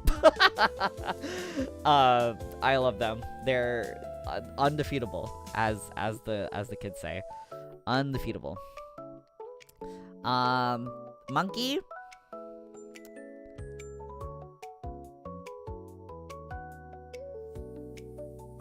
Sorry, it's kind of ugly. No offense. Scorbunny. Scorbunny is really cute. I love Scorbunny, but the problem is that I would never pick Scorbunny. And I think the rest of his evolutions are just okay.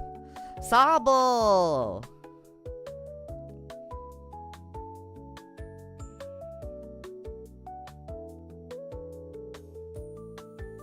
Sobble goes there.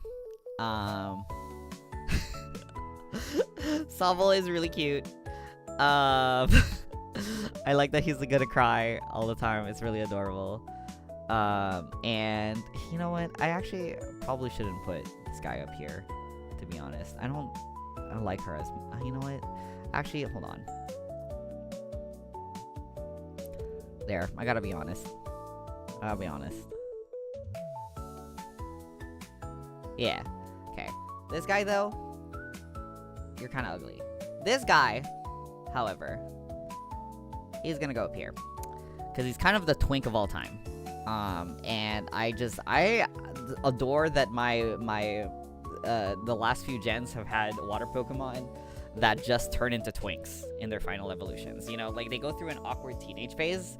Like, they start off cute, go into an awkward teenage phase, and then become twinks. It's like the ultimate evolution. That's exactly how I desire my gender to be all the time. Weedcat is okay. I would just never pick Weed Cat. But of the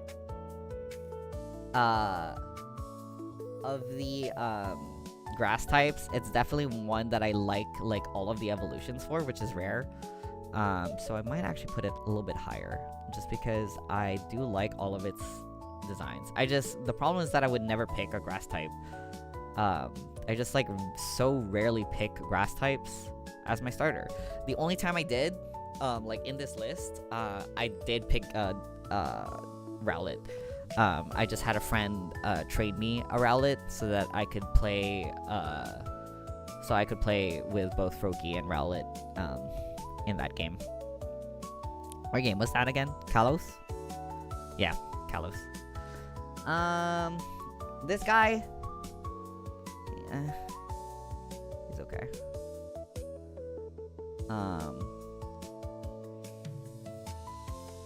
Oh my god, the duck. The duck. Rowlet was Sun and Moon, Froakie was XY. Oh, Mabi. I'm stupid. The duck. The duck is okay. The duck is just okay.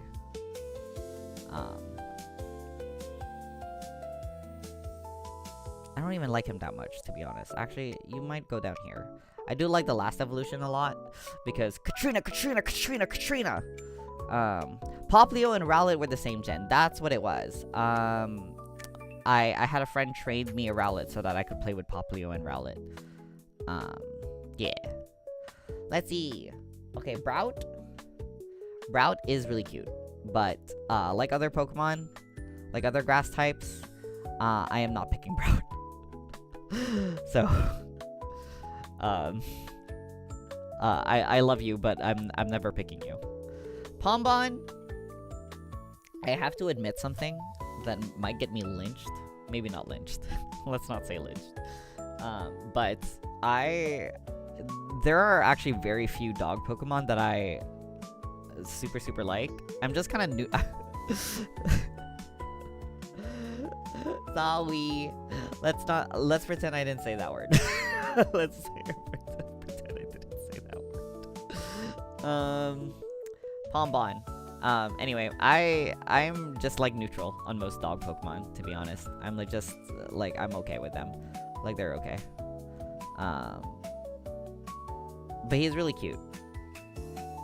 The tweet longer is getting made. No, don't cancel me. Yeah, sorry. I just dog Pokemon are just okay to me for the most part. There's some dog Pokemon that I like more than others, but I'm definitely just neutral on most dog Pokemon. Also, this guy, we don't know his evolutions yet, so I don't dare put him too high, but I do like him enough to put him here. We're gonna hope that he turns into a twink. We're gonna hope that this guy also turns into a twink with his big boba eyes, and I think, yeah, all right. There we go. What if he turns Bara? If he turns Bara, I'll cry, because it means that I'll have to pick another starter. Or I might still put up with it. I've definitely put up with Bara evolutions before. Oh my god, I would cry. I would cry if he becomes Mudkip 2.0. Mudkip is definitely my least favorite water starter, I think, as you can see. Yeah, it's my least favorite. He's just okay. I don't know. I think this is a pretty balanced list, right? I know there is mostly grass at the bottom, and the fires are all in the middle, and then most of the waters are at the top. I don't know if that was predictable or not, but yeah, that's kind of where I'm at. I do tend to be pretty biased towards the water types in general. Yeah, which is really funny.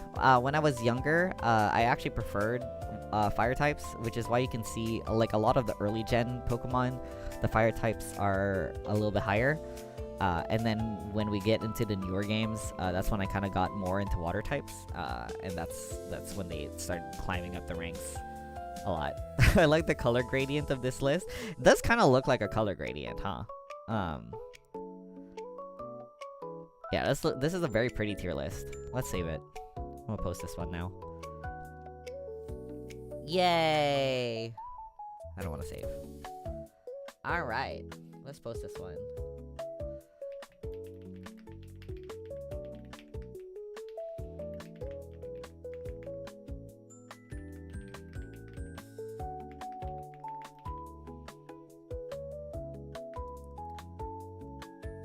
Pokemon starters.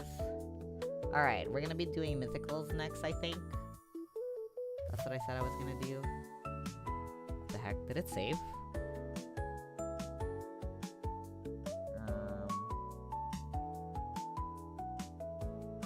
Did it save? Did it not save? Hold on. Save or download? It is almost 3. Didn't know when you wanted to switch the art. Let's do... tier list successfully downloaded. Did it? It didn't save.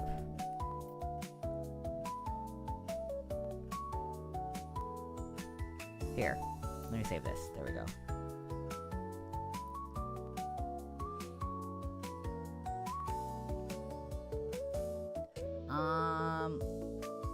Let's switch to art after we do mythicals.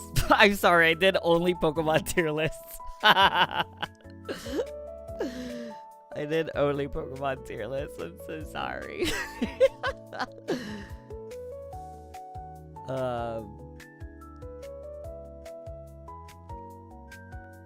Okay.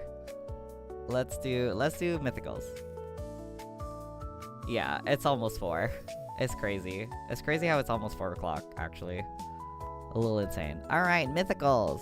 Where did the mythicals go? Every mythical Pokemon. There's 34 of them. Oh, because it has the different forms.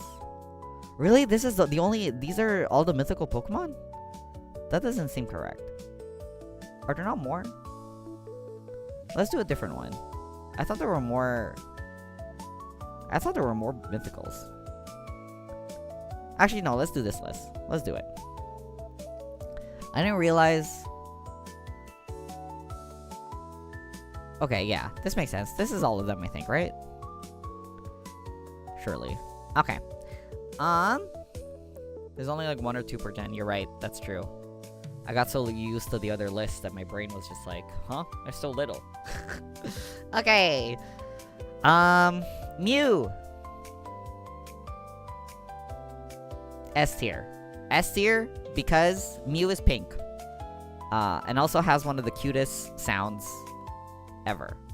Pretty iconic. I know maybe some people find Mew to be a little bit overrated, but I love its long tail. I love its cute sounds. I love its designs. I think he's just a babby. A+. Super cute. Celebi. Celebi will go A tier. I like Celebi. I like the Celebi movie a lot. I think it's really funny when it becomes crunchy at the end. Very cute Pokemon. Very cute movie. Jirachi. Do I like Jirachi as much as Celebi? No. I think I like Celebi more. So we're gonna put Jirachi there. Deoxys. Deoxys is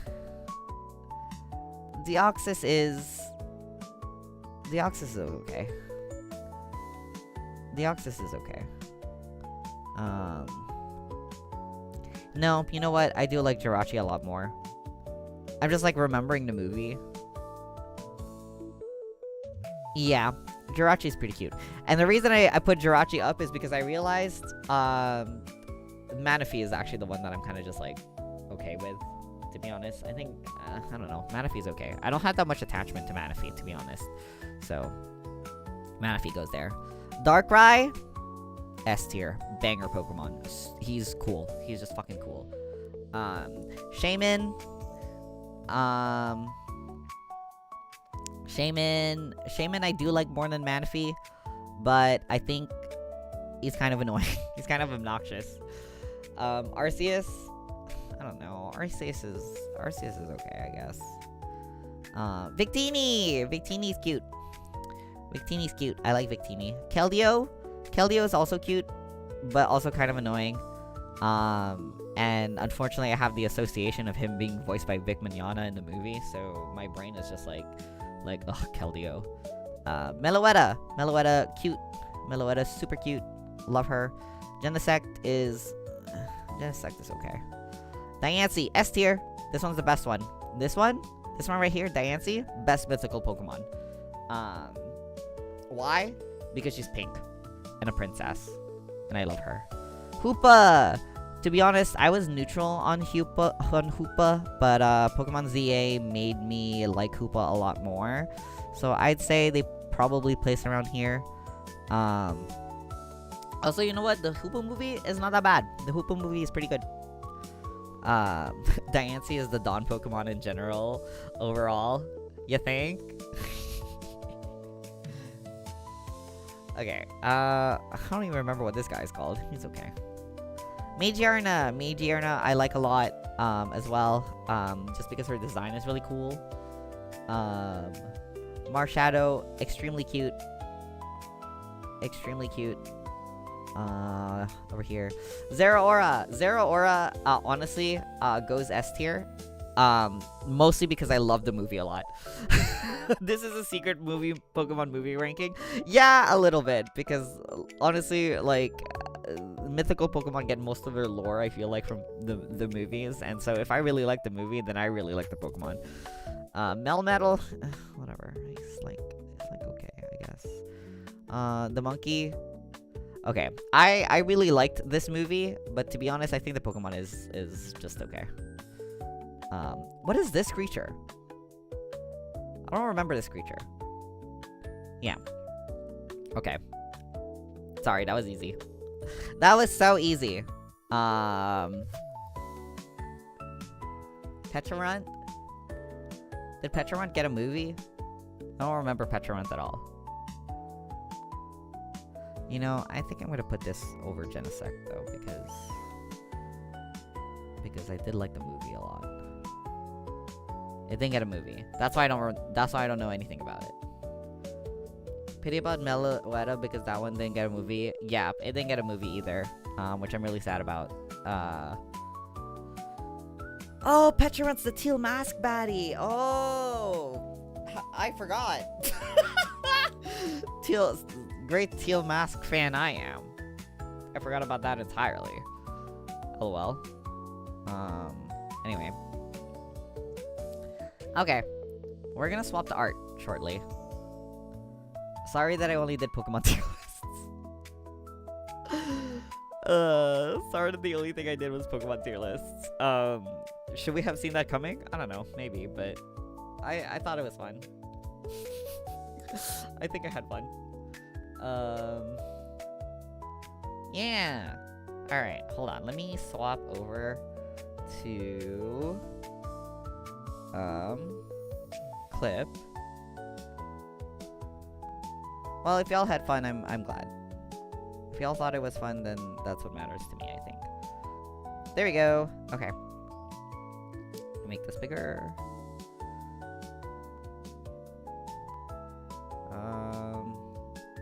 Lower it a little bit.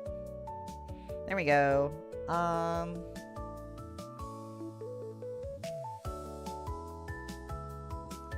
me adjust the size of this. Okay, cool. Was that good? That's probably good. Yippee!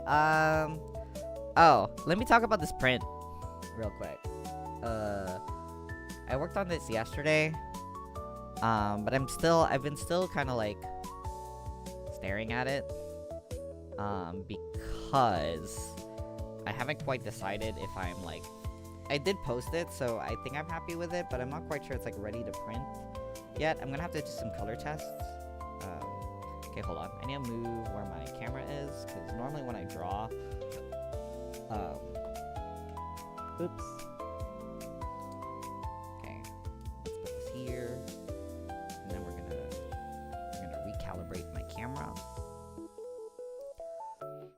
Hold on. Let me hide myself for a second. Don't mind me.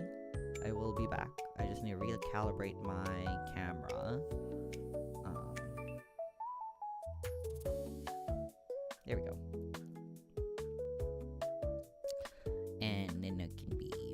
again. And we're gonna bring this back up. And we're gonna bring this back up. Voila! Okay, cool. Right. I was working on this the last few days. I need to do some test prints just because I'm not sure how these colors are gonna come out. Oh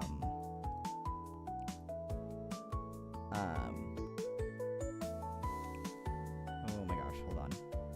I'm not sure how these colors are gonna come out when I print it, so I'm gonna have to do some color tests, but I'm kind of happy with how it turned out. It's in, I had a concept in mind when I drew this, and I don't think I quite executed what I wanted to, but I did my best.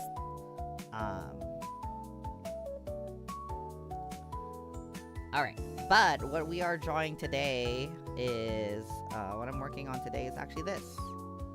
I recently watched Cosmic Princess Kaguya, and I watched it twice actually, and I would like to watch it again.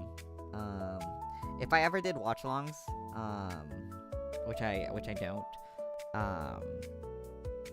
I don't know, just because I don't really feel like doing watch-alongs, to be honest, but if I did, I would love to do a watch-along of Cosmic Princess Kaguya, because I loved... Oh, am I further away from the mic? Okay, hold on. Let me fix that. Let me lower it. Okay, hold on. Is that better? Are we good again? Are we Gucci?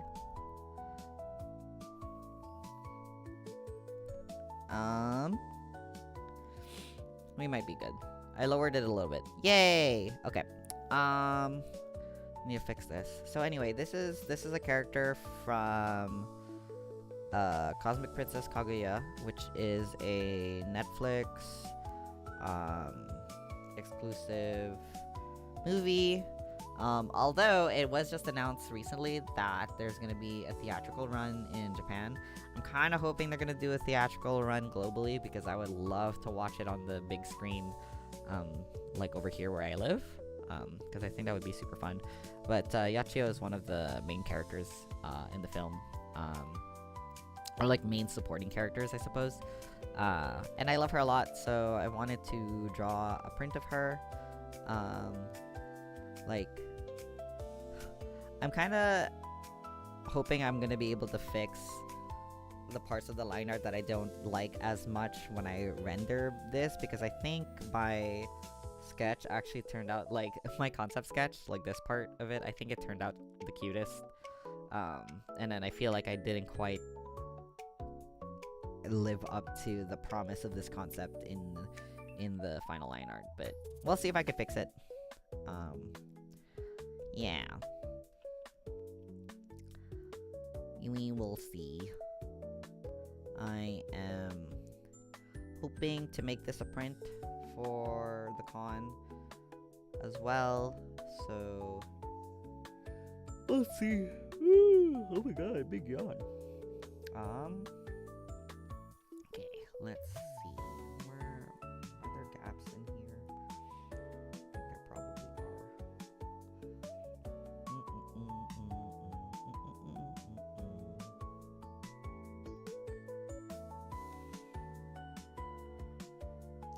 I hope everyone's Sunday is still going well. I hope y'all are chilling. Since I'm drawing now, hopefully y'all get to relax.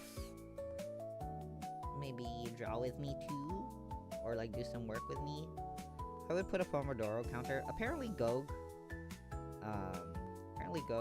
oh, you have to eat soon. Yes, make sure to eat. Make sure to eat. Eating is very important. What should you get to eat? Hamburger. Hamburger. Hamburger. I think a hamburger would be good. Hamburger.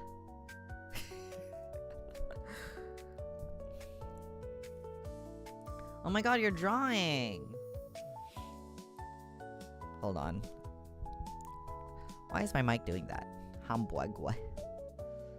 Yeah, I'm saying Hamburg. We should all draw together. Oops.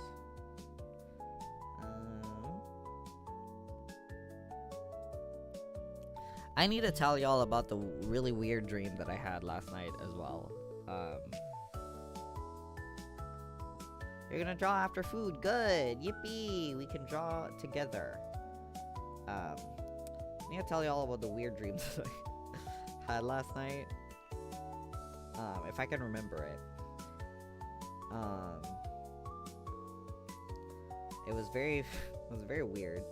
So I dreamt that I needed to go on a trip to very specifically, I had to go on a trip to very specifically Oklahoma, which I've never been to and I know nothing about. I literally know nothing about Oklahoma. I don't even know, I could not even point to you on a map where Oklahoma is how little about Oklahoma that I know. However, in my dream, in my dreamland, Oklahoma was like just south of Las Vegas, like on the west coast, which I'm pretty sure is not where Oklahoma actually is, but that's where it was in my dream. And in my dream, I was flying over there. I was in the plane flying over to Oklahoma to do some kind of seminar or something. I don't really remember, to be honest. And incorrect buzzer noise. Yeah, I'm pretty sure. I was like flying over to go to a seminar of some kind, and we land, and I go to this hostel with like a ton of other people. There were some people that I knew amongst these people as well. I'm not gonna name them, obviously, but there were some people that I didn't know, and it was like all people that I hadn't seen in a very long time and haven't spoken to in a really long time too. So it was really weird. I also don't remember what this seminar was about, or at any point in the dream did it indicate to me what this seminar was about. But it like fast forwards basically to like when this seminar is over, and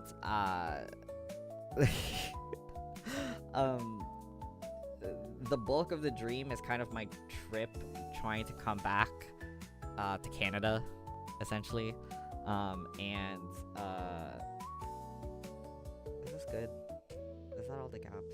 Probably. I need to bring up reference of Yachio. Hold on. Let me pause. I'm pausing the dream stuff real quick. So I can look up reference, because I don't actually know Yachio's colors by heart. Yachio.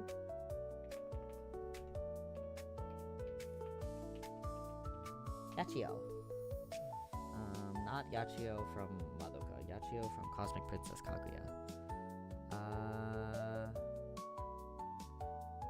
Okay, she has pale skin, silver hair, her eyes. Okay. Let's try to get her hair color first. Or, God, her hair is gonna be so annoying for me to render. I'm really not good at rendering like this like silver blue gray color, but we are gonna do my best. Yeah, okay, let's just do this and then I'll add the pink afterwards. Okay, right, anyway, so I was like going to fly back home, and what happened was that I was like really freaking out. I was like really stressed about being able to make it to my flight on time. And I get to the airport, and the airport is like mega huge. It's like mega huge for some reason, and also like it was kind of unreal because it was like outside, but it also inside, and there was like this giant mall, and it was huge, and I couldn't find my way to my terminal. And kept getting lost trying to get to my terminal. Had to like keep asking security for like where to go, and then I kept getting lost. Eventually I got set on the right path, but when I got onto the right path, like there was a fork in the road that the security guard didn't tell me about, so I had to like take out this map to kind of like trace where I was supposed to go. And managed to get to like the right area where my terminal was, but the area that the terminal was in seemed like this giant ass mall, so I still needed to like find my way in there. So I asked security again. I'm like, how do I get to my terminal? My flight is going to be leaving soon. I'm fucked. And he kept saying, you just need to follow this path and look for the Dunkin' Donuts. And it was specifically Dunkin' Donuts, which is funny because, like, one, there aren't that many. I don't know. I don't know. I don't eat a Dunkin' Donuts. I don't know why it was a Dunkin' Donuts that kept coming up in my dream. So I was like following the path, and eventually I get through the path and I get to my terminal, which did happen to be right next to a Dunkin' Donuts, thankfully and mercifully. And when I got there, they were finally like taking people, like letting people through the terminal, like showing your passport and whatever. And I get into the line. And when it's my turn to show my passport, I realized that I forgot my luggage. But by this point, I kind of realized that it was a dream. I kind of realized that I was in a dream. And when I realized that I forgot my luggage, I was like, oh my god, I'm not dealing with it. I'm stressed enough as it is because I'm late for my fucking flight. I can't deal with also losing my luggage. So, I like manifested my luggage into the dream so that I didn't lose it. Gosh, I must have a lot of guilt because it was a three-way fork. And I hold on, what the heck, where's my, there it is. I showed them my passport, and then for some reason at the passport they're like, oh, we have a special offer, by the way, that we have to tell, like, we're like mandated to tell you about this, but you can get like a free, if you like get this tattoo of like a specific design or whatever, then you could get like some kind of discount or some kind of deal. And I was like, no, I'm good. I have enough tattoos. I'm fine. Because it kind of felt like some weird cult shit. And I was like, yeah, I want this random tattoo that the airport is offering me for some reason. But yeah, they scanned my passport. Everything's Gucci, thank God. And then, okay, hold on. I need to make the background darker so that I can see the. There we go. What the heck? Is this the eraser?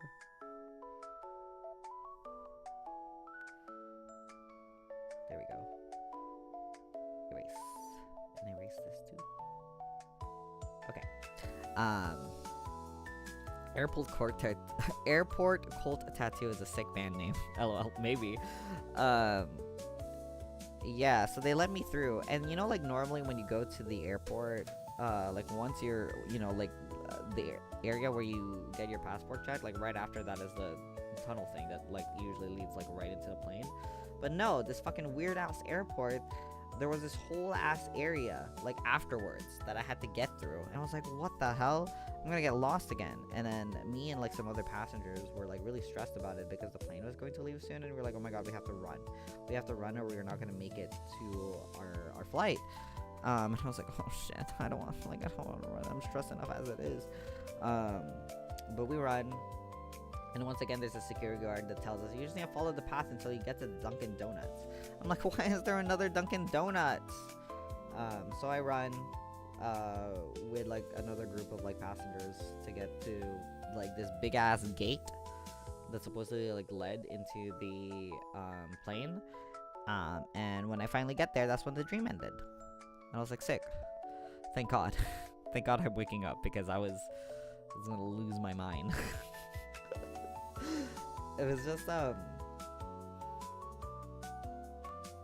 was a really stressful dream, to be honest.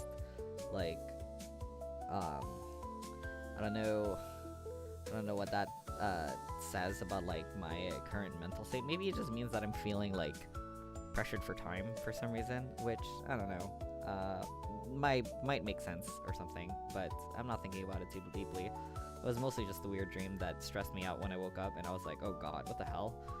Like, Am I stressed? I don't think I'm stressed. Nah, don't psychoanalyze me on stream. I'll cry. Maybe you can psychoanalyze me later. Am I done with the hair? No, I have the hair. I have hair down here as well. But yeah, it was some kind of dream. And then when I woke up, the best part about this dream is that they happened in parts. Because I mentioned this before, but like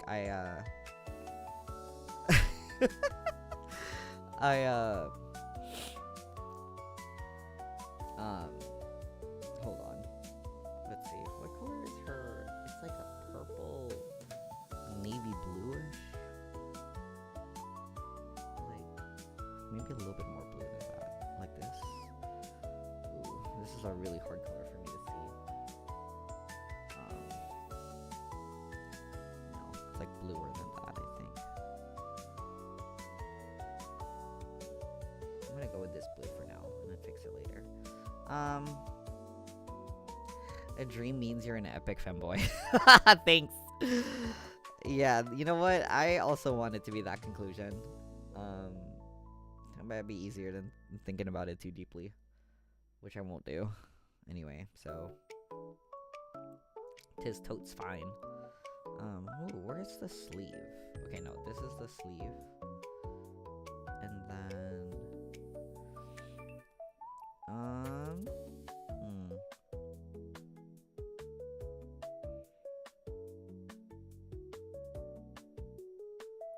oh, I see it. This is part of the sleeve that is blue, I think. Cool. What color is this creature? Oh, he's like pink. Pink? Is that a cool pink? It's like a pink red. Like this color? We'll go with that for now. Can change it later. Anyway, what was I saying? Oh yeah, my dream was like in parts because I kept waking up. And it was really wild to me that whenever I woke up and went back to sleep, the dream just continued. That's kind of why towards the end of the dream, I realized it was a dream. I also get recurring dreams once in a while. And I do lucid dream sometimes. I don't, unfortunately, like, it's not all the time. There was a long period of time where I stopped dreaming, but I actually used to have vivid dreams like this, like, way more frequently. And they're usually worse, but this one was kind of funny, so that's so I felt okay saying it on stream. My dreams actually tend to be a little bit more violent, but this one was very silly, I feel. It was mildly stressful, but it was not crazy gory or anything, so good.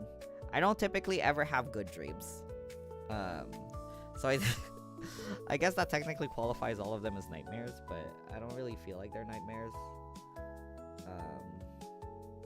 to be honest, so it is what it is. Okay, and then this, her obi is yellow. So I think this will be yellow here. Okay.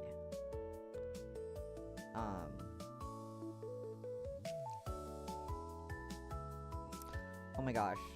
Hilariously, I after I woke up, there were a lot of things in the dream that just like I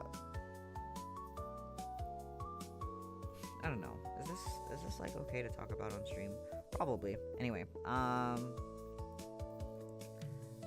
I've had a lot of people tell me lately that I really seem like I have ADHD, and I know I've joked a handful of times about my undiagnosed ADHD, and frequently kind of oh, this is still her hair, and I've been thinking about it a lot, mostly because I'm like, you know what? Maybe I would benefit from getting a diagnosis. Just because I have started to notice that like there are some things that is affecting me in my daily life, symptoms that seem adjacent to ADHD. So I did one of those tests, that you have to pay a little bit of money for to like check your symptoms. And I know they're not accurate. Listen, I know they're not accurate, and they're basically a scam to try and sell you like self-help books and shit. Like, I get it, but it was only $2. And I was like, why not? Just for fun. Let's just do this one just for fun, just to see what happens. And the results of the test was like, you have like a high. Hold on, what was it? Oh my god, I forgot about my coffee, guys, I forgot about my coffee. Ooh, what the heck? Anime North.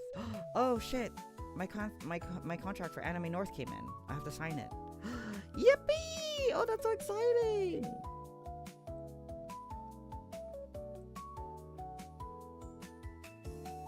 Oh, sorry, I was getting a sip of my coffee. Oh my god, I have to sign this. Your due date to sign and complete your contract is by Saturday, March 21st. Oh my god, regarding your... Okay, we'll be sending all the invoices to primary artists. They will receive an invoice for your badge after you complete and sign your contract. Oh, I shouldn't be reading this out loud, lol. What? The comedy of talking about ADHD and stopping it to lament the coffee you forgot about, then instantly be distracted. Oh. What was I talking about? Oh, right.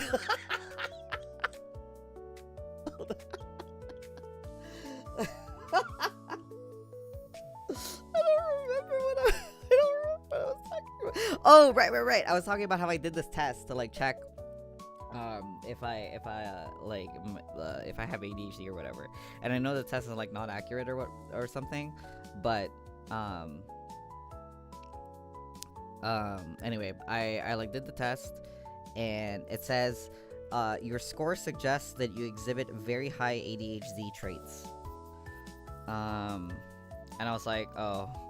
I was like, oh. Okay.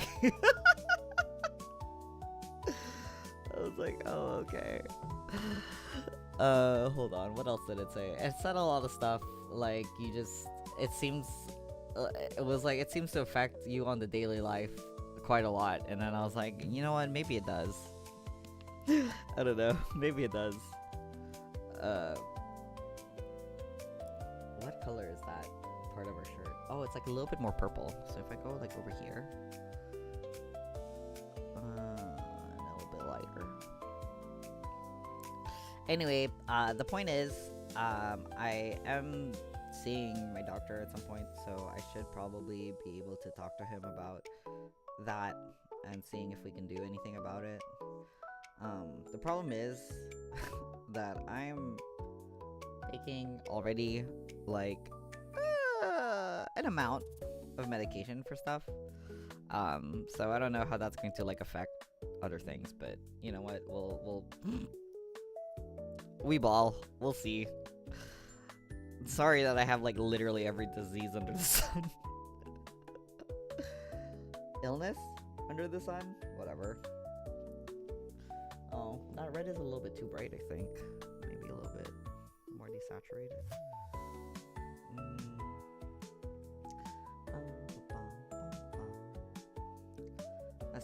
Let's do this desaturated. I don't like that. Maybe lighter. Yeah, I like this one more.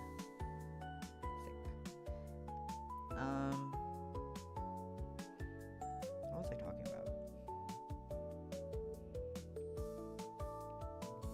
Oh. Anyway, I did a bunch of DAWNATHON stuff.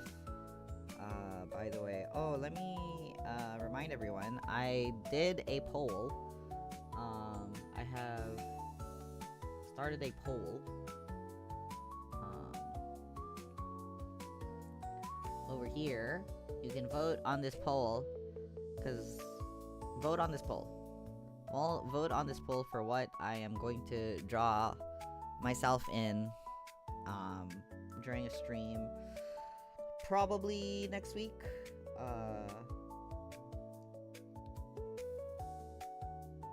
Yeah, whichever one gets the most votes, I will be drawing myself in that.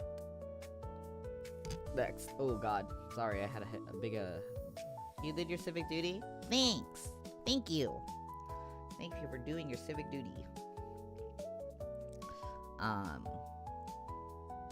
Yeah. There will be an art stream where I draw myself in those outfits, and maybe if it turns out nice enough, I'll sell it as a print. I think it's a little, I don't know. I have one Dawn print that I'm going to be having at Anime North. But I don't know if I should have more than one.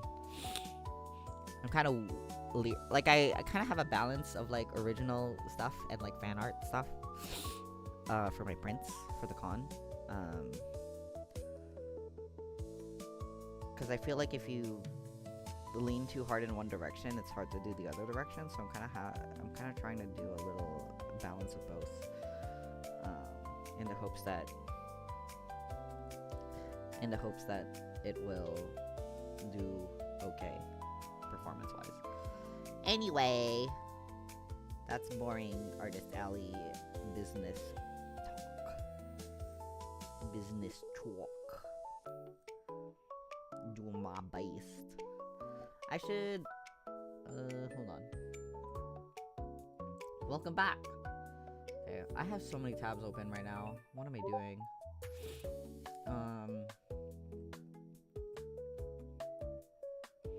Anyway, my goal for this piece is that I would like to oh, I didn't post the last, hold on. I didn't post the last tier list that I did. Okay. Last tier list.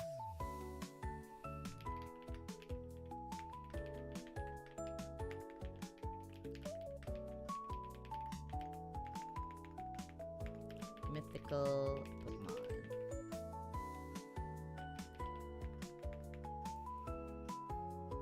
Okay, and then I'm going to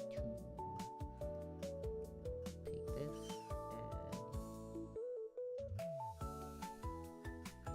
and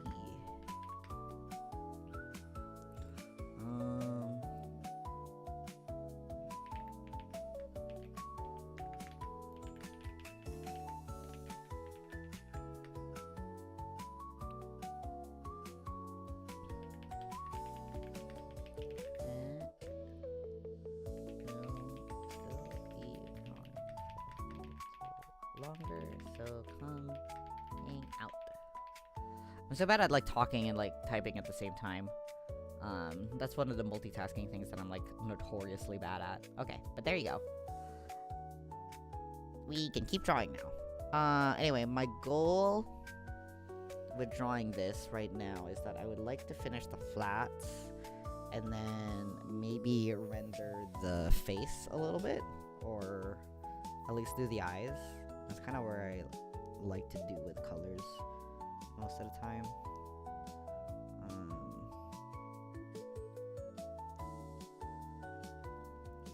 Trying to pick a nice skin color here. Just kind of, yeah, Chio. She's really pale. She's really like Snow White. So maybe paler.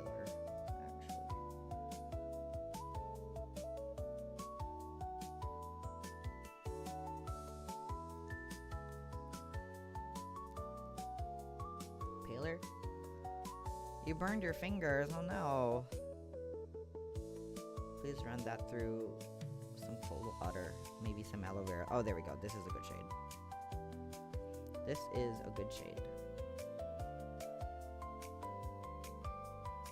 This is a good shade for the skin. Boop. There we go. Want to finish the flats on this, and then render her eyes probably really scared of rendering this, to be honest. I don't know if I'm gonna do a good job. Yachio's design is really, really cool, and I don't know that I have quite nailed it. But we do our best.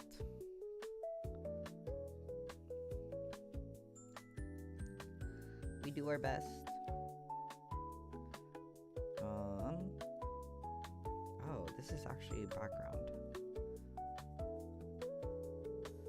Let me erase this. Also don't know what I'm gonna do in the background. Maybe like an ocean. Like an ocean of stars. That might be fun. That might be fun. Oh, and that part shouldn't be pink. Let's fix it.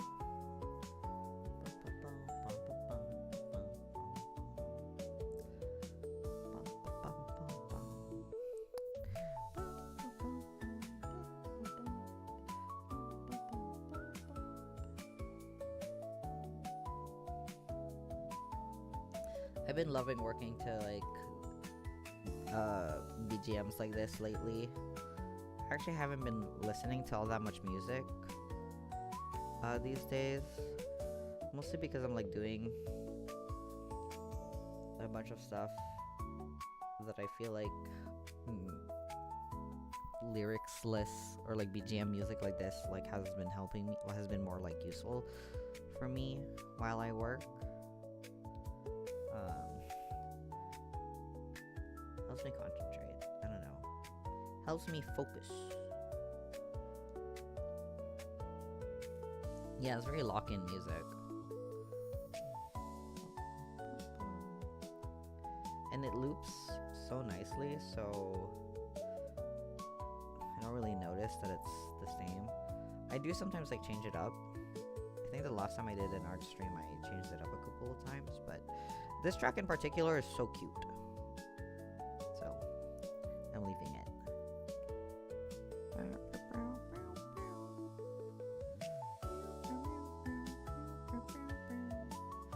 Egg yummy. How did you make the egg? Sunny side, omelet, turnover, scrambled. I also had egg earlier for lunch. I made an omelet and some hot dogs. And I put the omelet on. There's this blueberry bread that I got from Costco. It's like a flatbread, I think. And it's so good when you like toast it and add a little bit of like butter or margarine on it. So I did that. I like toasted the flatbread, and then I put the omelet on top, and it was so good. It was so good. I really want to learn omelet. I can't get my eggs runny. It's either uncooked or overcooked. Yeah. I also struggle with that when I make omelets. But I kind of just try to. Most of the time, it comes out like half runny, and half cooked, because I always get the timing wrong. But it's runny enough that I'm happy with it.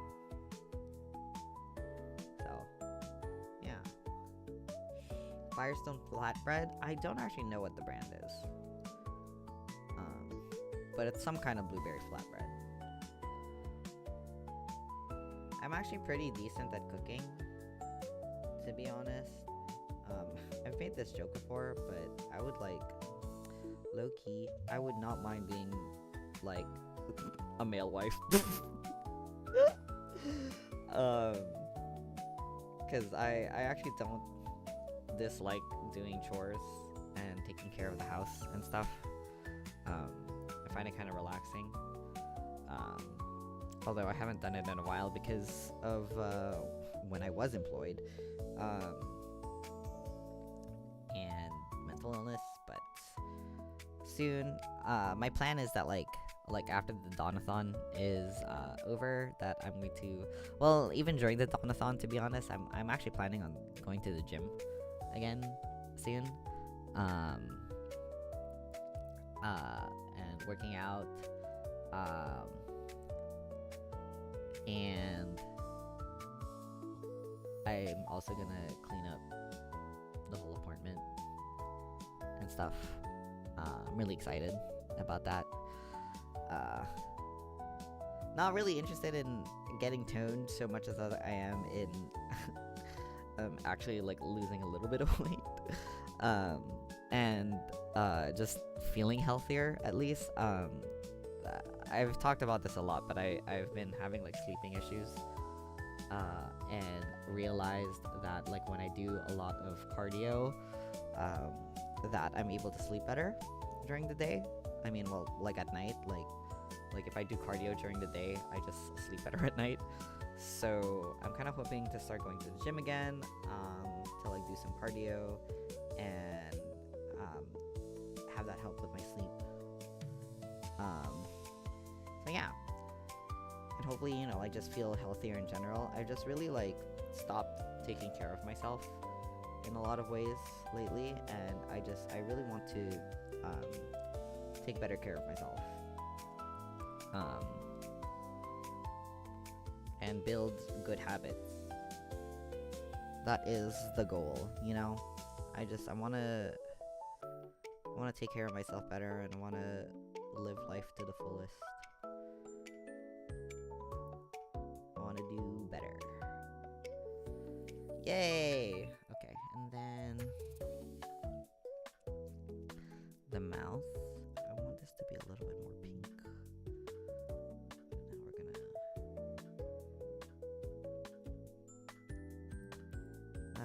No, I should make this white.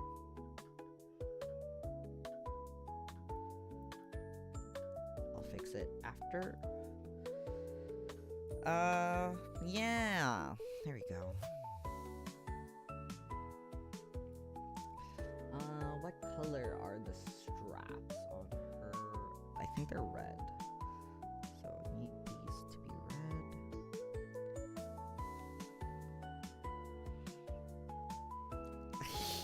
red. So I can live a long time.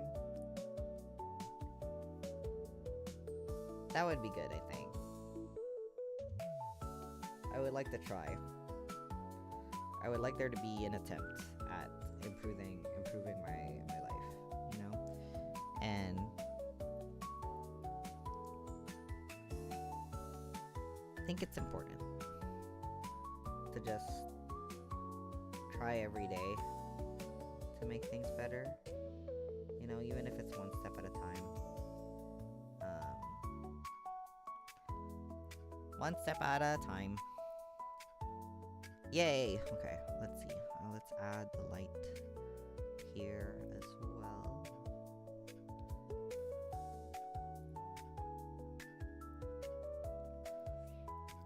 She is so pale, but she has to be this pale. Okay, let's see. Can make this maybe a pale blue.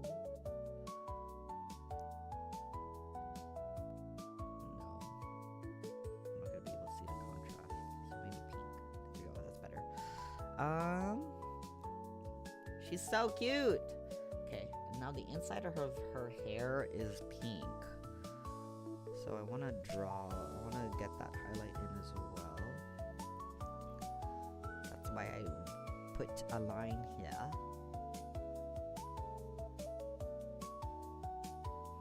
Because I wanted to draw the inside of her pink. She is so cute. I love her a lot. I really recommend this movie. Oh, bye-bye. The music in it is so good too.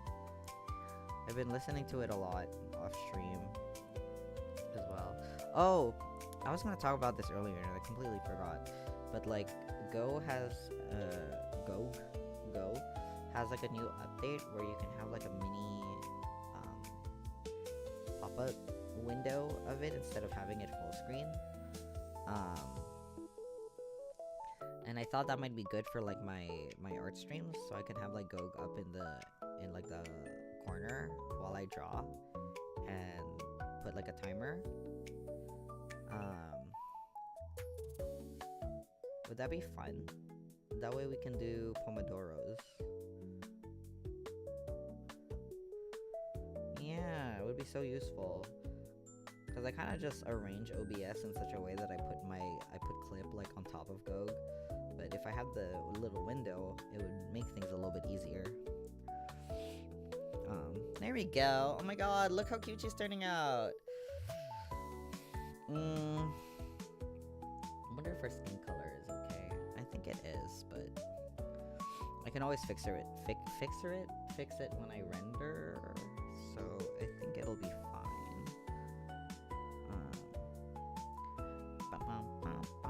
Okay, let's save.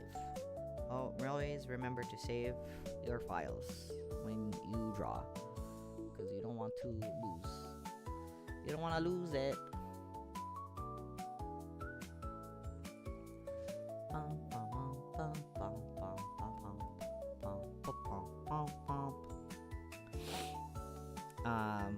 Oh yeah, by the way, I should talk a little bit about tomorrow's stream too.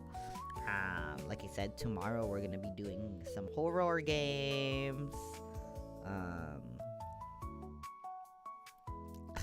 Now that it's impending, I'm kind of scared about doing it, but I already committed to the bit.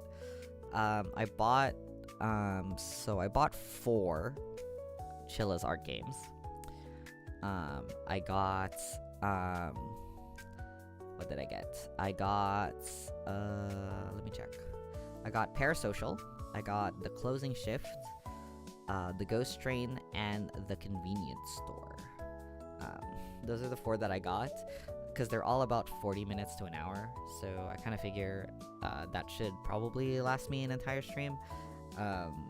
Although 40 minutes to an hour, that's I think assuming that you're not gonna be like screaming and crying. I might be screaming and crying and hiding in the corner, but I'm gonna do my best to play them and not be afraid. So yeah, I'm excited. And you know, if I can handle that stream tomorrow, I think that's gonna be good practice for Resident Evil next week. You know? Surely. Okay, I need to check Yachio's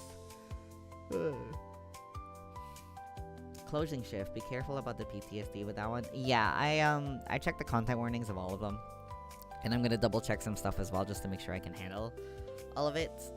It's also, I'm not sure that I'll be able to play all 4 during the stream. We'll see like how I feel after like even just doing one. But I think I'll be able to manage. If I could manage to do at least 2, I think that would make me plenty happy, to be honest.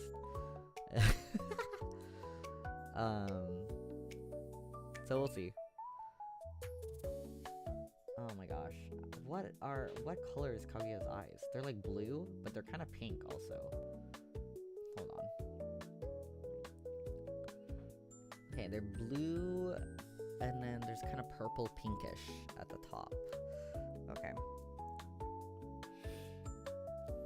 Yeah. Okay, let's go up here. This is my favorite part.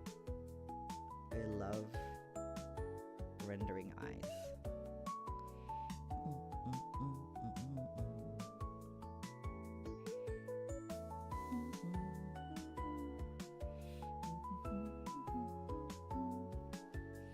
They are kind of like my eyes. A little bit. Pretty similar.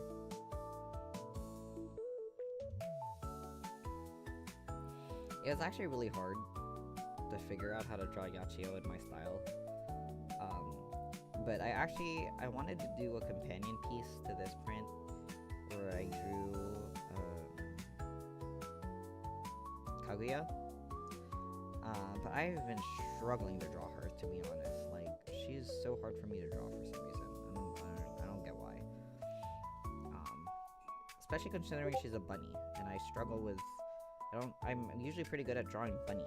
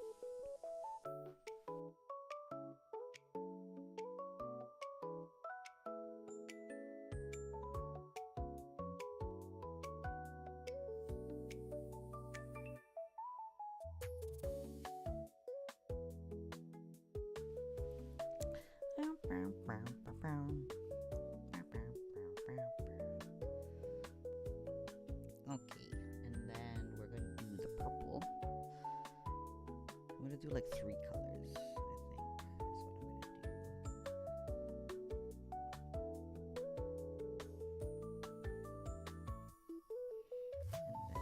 be like a bluer one, like a blue indigo. Then this one up here.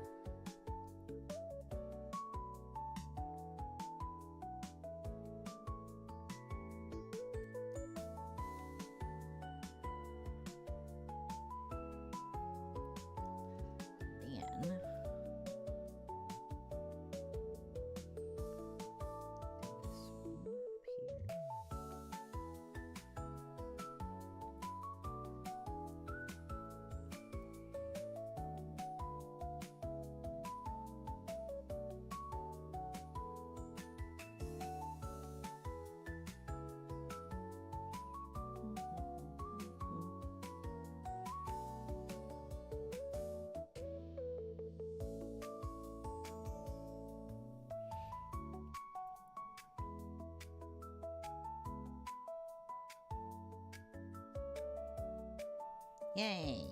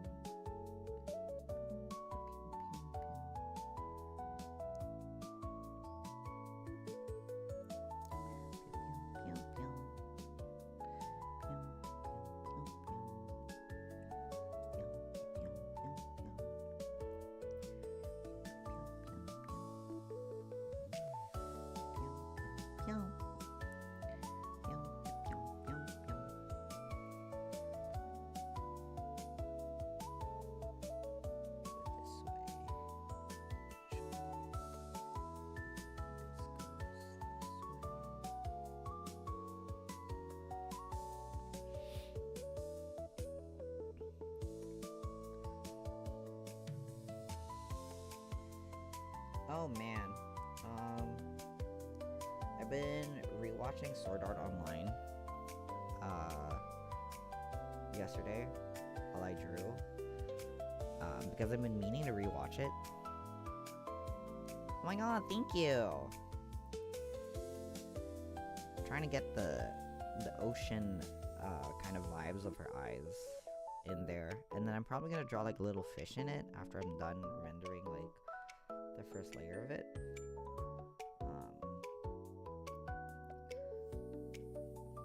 First we gotta get the shape of it correct, you know? But anyway, I've been watching Sword Art Online again, like from scratch, because I've been wanting to rewatch it for a while, and then I just haven't had the time. So while I was drawing yesterday, I was rewatching it, and God, I forgot how much I liked Sword Art Online. To be honest, I love that anime quite a lot. Like, it's hard for me not to. It has Yuki Kojiro music in it, and I have kind of reclaimed Kirito for myself, to be honest, from Gamer Bros, because in my mind, Kirito is kind of a loser. he's kind of loser core to me, in like a very cute way, because he's just like, I don't know, he has no concern for his own safety. The reason he plays solo is because he doesn't want to be like responsibility for other people dying. Like, he would kind of just rather like, well, if it's just me, then it's totally fine. He's just a coward, you know what I mean? And I think it's so endearing that like whenever he's with other characters that he's kind of awkward and shy, unless that other character is like reminds him of his little sister, in which case he's a little like, once he gets to know someone, he is a little bit more playful and mischievous, and I think that's cute. But like, he's generally pretty like shy and apprehensive around characters when he first meets them, and I think that's so endearing. I love him. I adore him quite a lot. He's just so cute to me.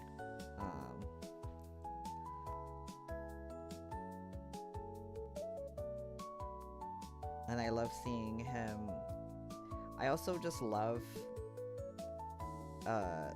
Sal's format in those, especially the first like 7 episodes, where it's very episodic, and has like a ton of time skips. You know, you're kind of left to fill in the blanks of like how Kirito kind of grew in the time that we don't like actively see in the show. And I think that's really neat. And I also think it's really neat that it's like a lot of those episodes aren't like told from Kirito's POV. We're kind of seeing him from the POV of other characters most of the time. And I think that adds like a fun like narrative perspective to the show that I enjoy a lot.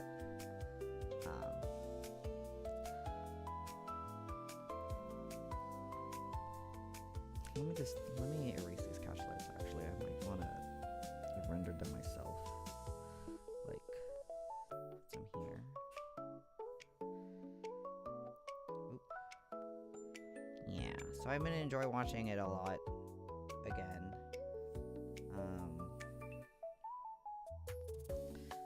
I'm not excited about the arc I'm about to get into because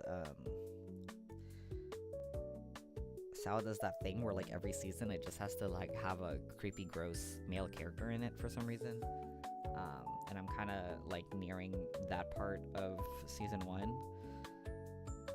which I'm not looking forward to, but we ball. I kind of just tried to not overlook it, but like enjoy the parts that I enjoy, basically. Just trying to enjoy the parts that I enjoy. Yeah. And I'm also excited because I never actually watched the season of Sao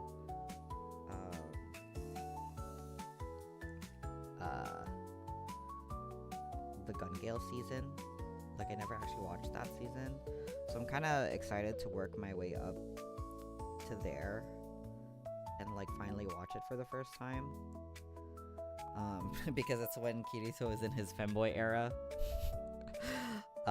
And listen, for reasons that are obvious, I need to get there. I need to get there and experience it myself. And then after that, I can do solicitation again, which is my favorite season. Okay. All right. Let me add her iris.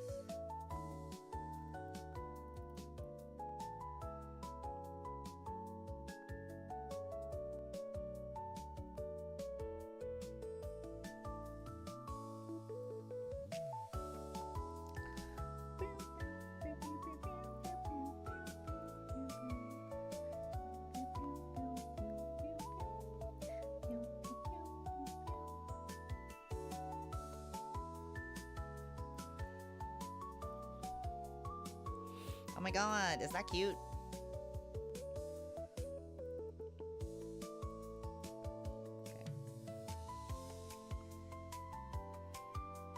Okay.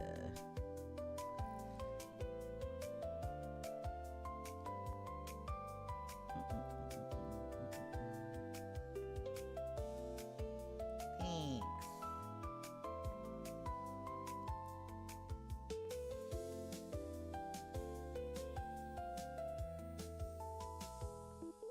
Yeah, I was kind of going for the ocean sky vibe. Since that's kind of the vibe she gives me, basically. I wanted to kind of imitate the fish in her eyes a little bit by making them look like clouds. And then we're gonna do her under lashes a little bit.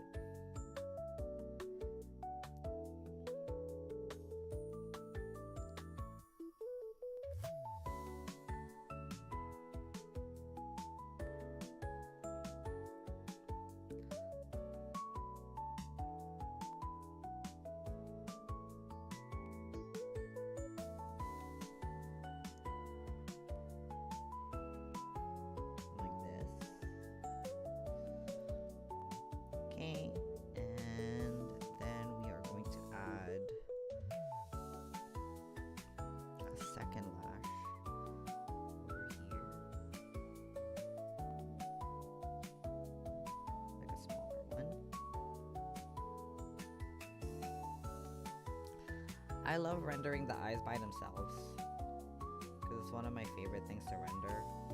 So I usually just like do it on one layer and I follow my bliss with it.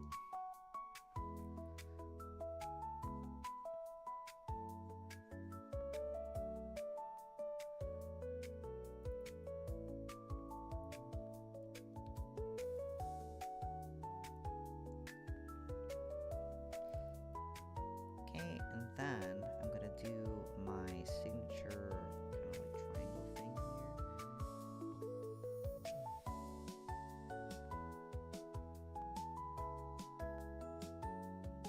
I don't know if it's a signature, it's just a trick that I like stole from like art that I like. So I kind of do it whenever I want to have like an eye that has like a lot of pretty eyelashes to kind of give it that like really feminine look.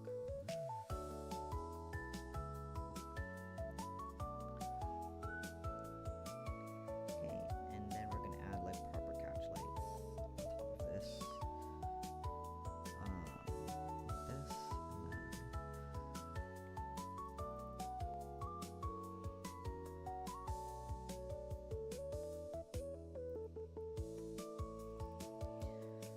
and then with like a neon pink kind of underline is what I'd like to do here.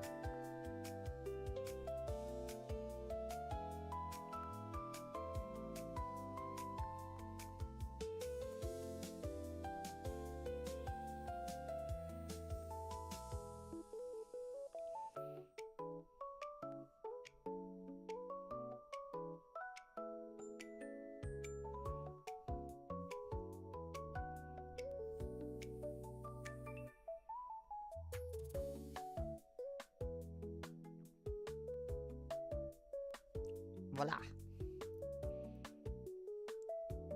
There we go. Cute. Cute, cute, cute. Next, we're going to start. What shall we do? I can add some basic shading. That's usually what I do next. What I like to do is I make a layer. I clip a layer to my art. Oops, hold on.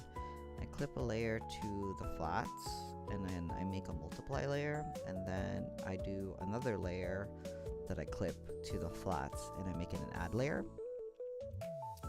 And then I usually just grab my painting brush and I just add shadows where I think there should be shadows. And I make the shadows darker by constantly color picking the darker shade until it's as dark as I want it to be. So do it like this.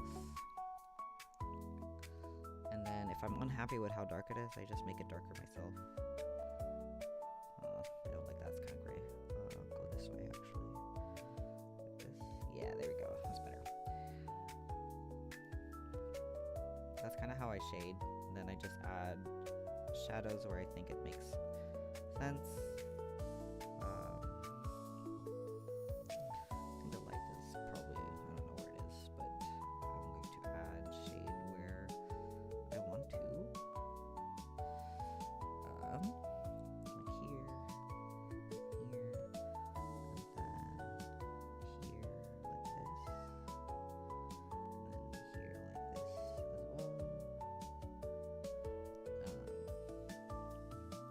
And then we're gonna have to do here.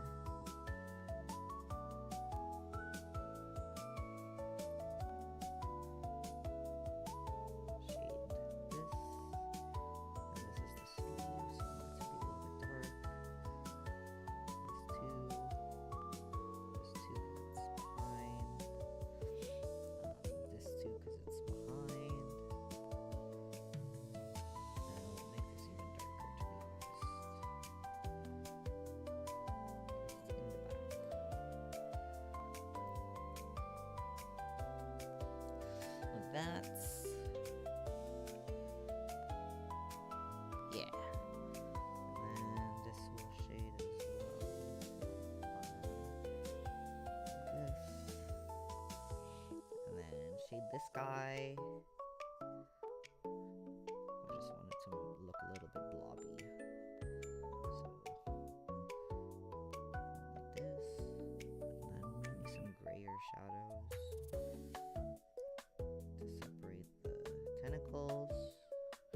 I'm mumbling. Sorry.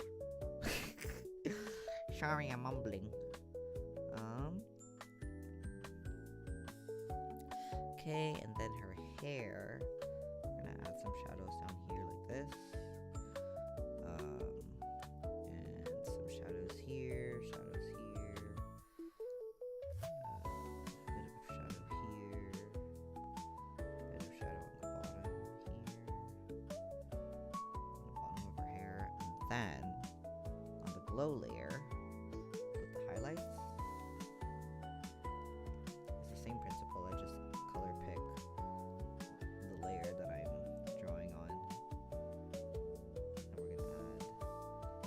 And we're gonna add highlights here, because I kinda want that to glow, so I'm probably gonna add a glow layer on that later.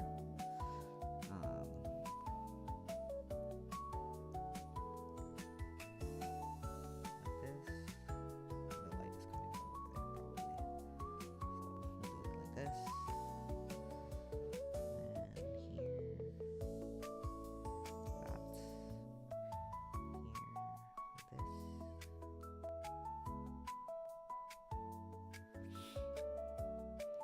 And then probably some light here as well. And up here.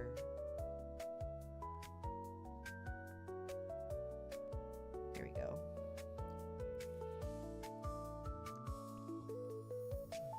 Her hair might be a little too blue.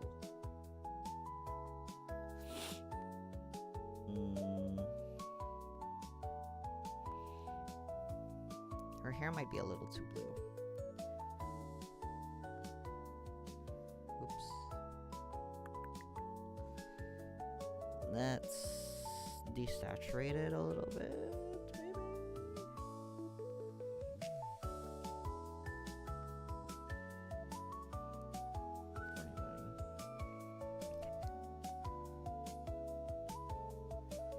Let's desaturate all of that.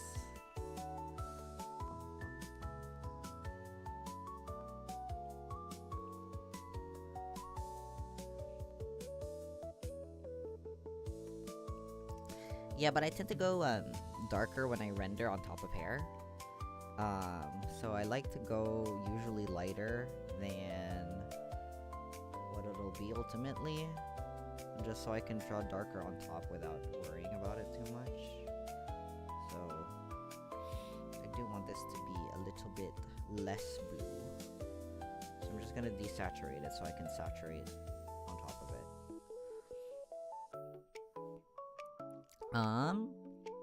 Alright. I think that's better.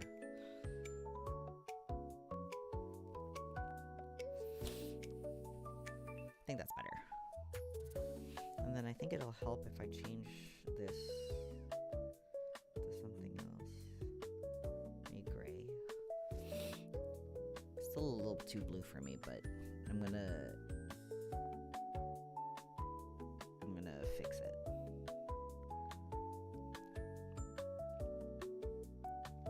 I'm gonna fix it when I render.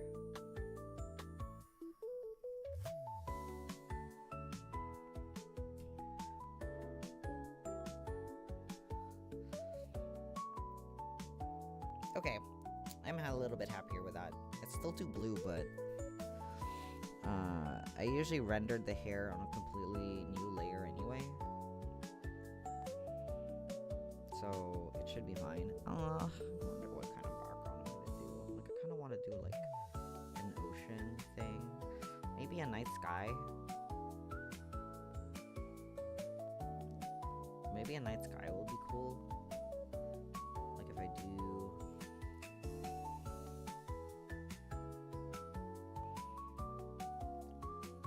Please rasterize this. Like,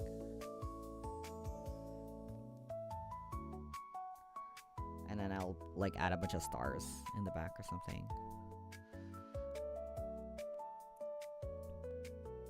Yeah, that way I can draw her hair like white and it'll show up better if I make it like darker.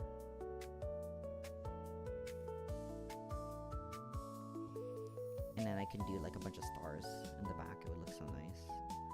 I have this one brush that's like, hold on, can I find it?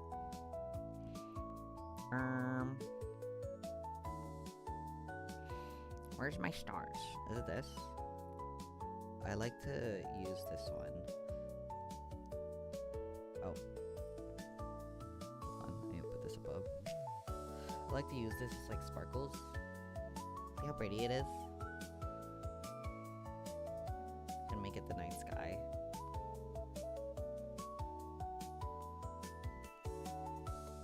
Pretty!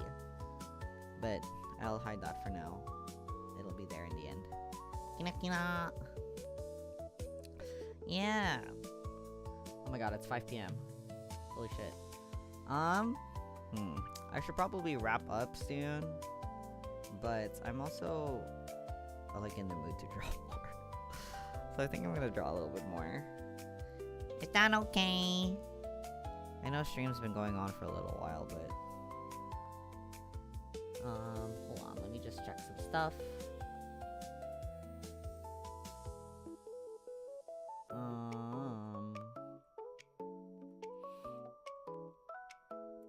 I'm honestly gonna probably continue this piece off stream.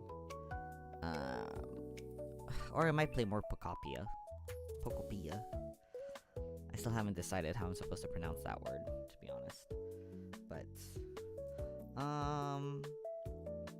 yeah, I want to render the hair a little bit. Maybe at least on this side. I'm so happy with how her eyes turned out. Okay. Let's do her hair. Let's render her hair a little bit. I don't want it to be that blue. Maybe like this silver over here. And then we're gonna use this brush. What I'm gonna do is I'm going to make maybe the edges a little like blue-gray. Like this.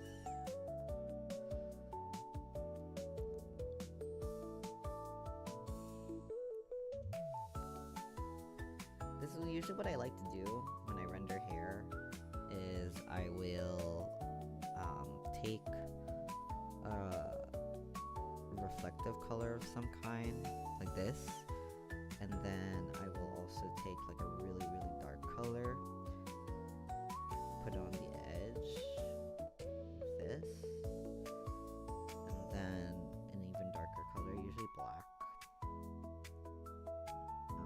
This will be kind of the line, basically, like that.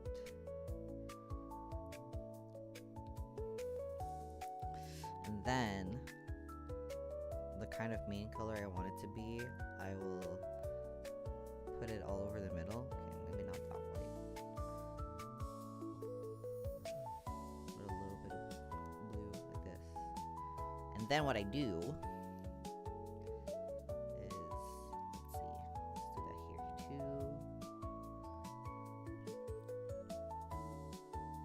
do it like that, and then I grab this, and I use this brush to kind of blend all of the colors together, and create these pretty strokes. This is kind of how I render it to make it look like soft, I guess.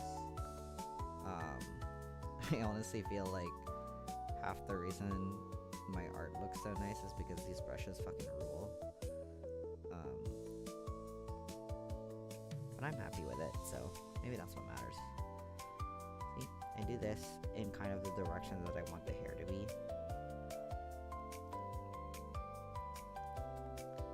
Like that.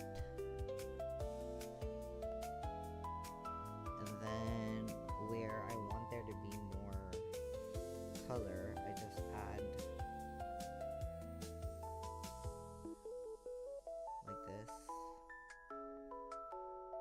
Just add some darker color like that.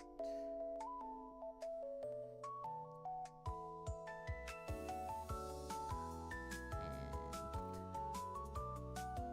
continue to layering this with whites.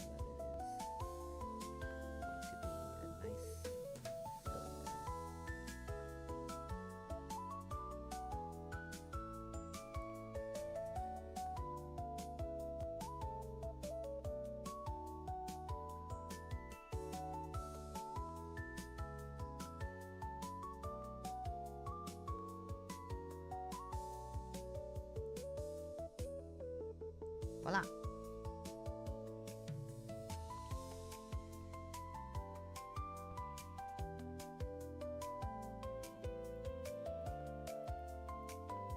See, and then I'm just gonna do that pretty much everywhere on her hair until we have the whole thing.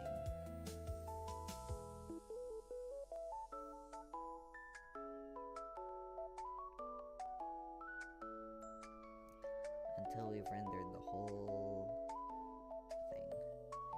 This part always takes me so long. I think rendering hair is probably what takes me the longest time to do. Just because I put a lot of focus on it. I've said this before, but like eyes and hair are my favorite things to draw. So it is what I put the most effort into when I render. Everything else is kind of secondary. But I've been trying to get better at putting just as much effort, or at least enough effort that it all looks like equally as polished. On other parts, like I've been trying to get better at rendering clothes. I don't know if it's working, but doing my best.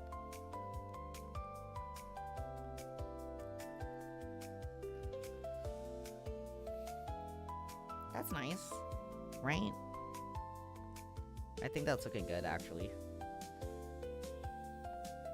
It might be a little bit dark, but I can fix that later. I just want the values to be decent.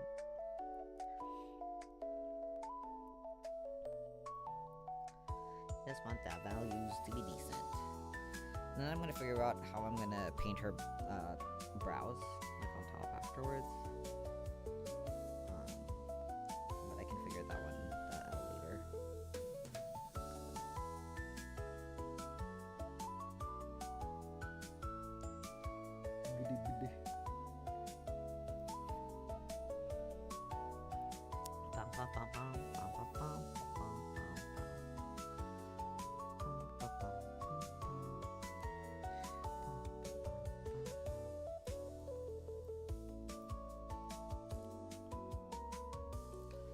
God.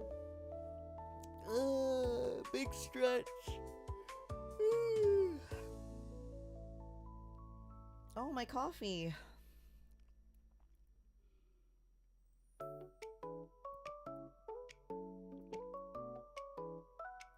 It's kind of cold now, which is sad, but that's okay.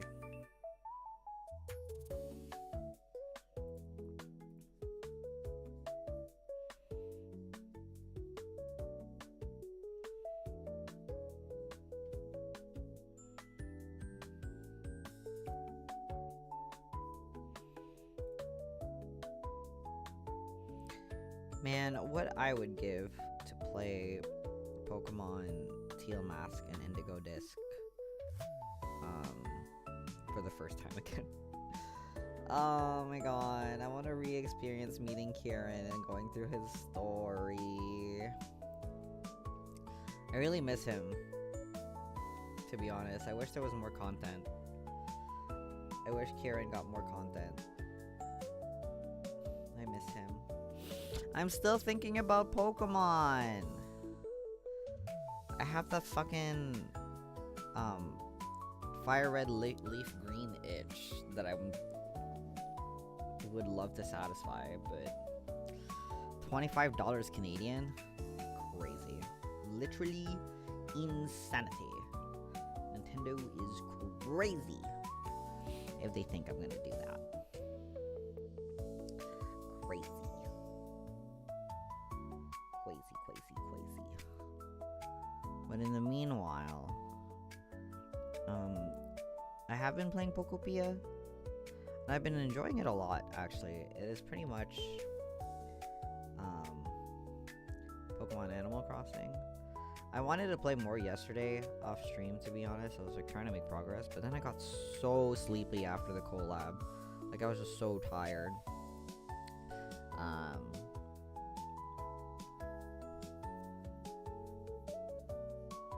so I didn't end up doing much of anything after stream, except drawing a little bit.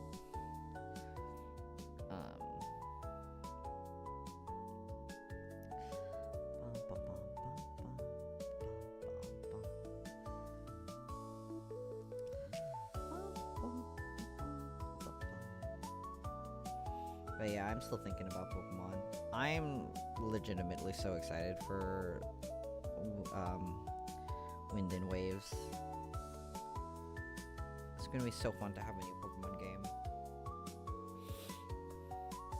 It's always fun to have a new Pokemon game. Pokemon is one of those things to me that is just like endlessly timeless, I suppose. Like, even when I don't like it as much, I still enjoy it more than most things. It's timeless. It's ageless. Pokemon is eternity. Pokemon is forever. Pokemon is magic.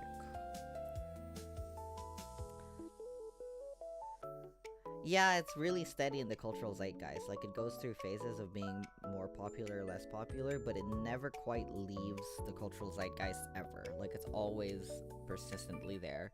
And I think that's so impressive, regardless of whether or not you like Pokemon or not. It's always there. And I think that's great. Great. What the heck? Where's that color from? Oh my gosh, this is turning out so good. I like the amount of blue that I have in there and the gray that I have at her tips. I'm gonna keep going in that general direction, I think, with how I render her hair.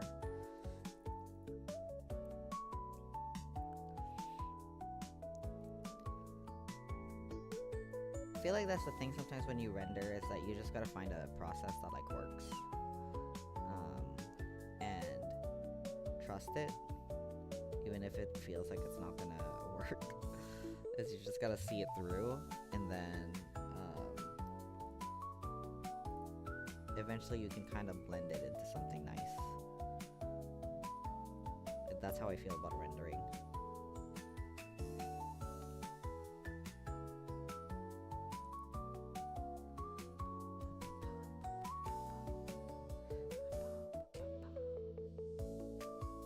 See? So cute! Let's see how it looks from afar. Not bad. I think I have to have more of her hair done before I can see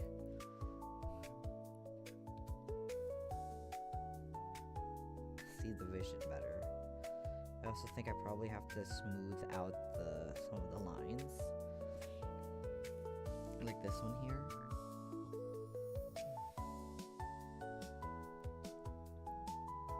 It's a little too strong. And this one.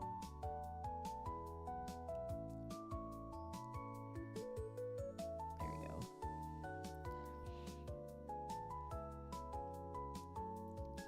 There we go.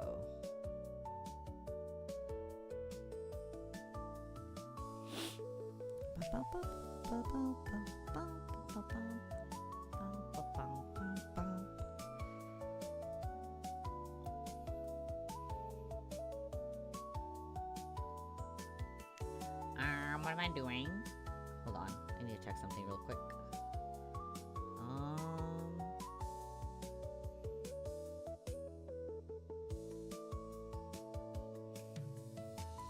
Oh my gosh, enjoy your trip to Costco. Come back with food for me specifically. Please and thank you. Eat a Costco glizzy in my honor. Please. Thank you.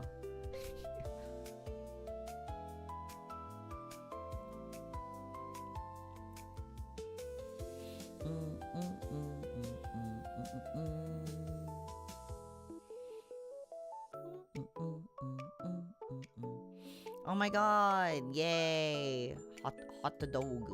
Thank you. Enjoy your Costco trip.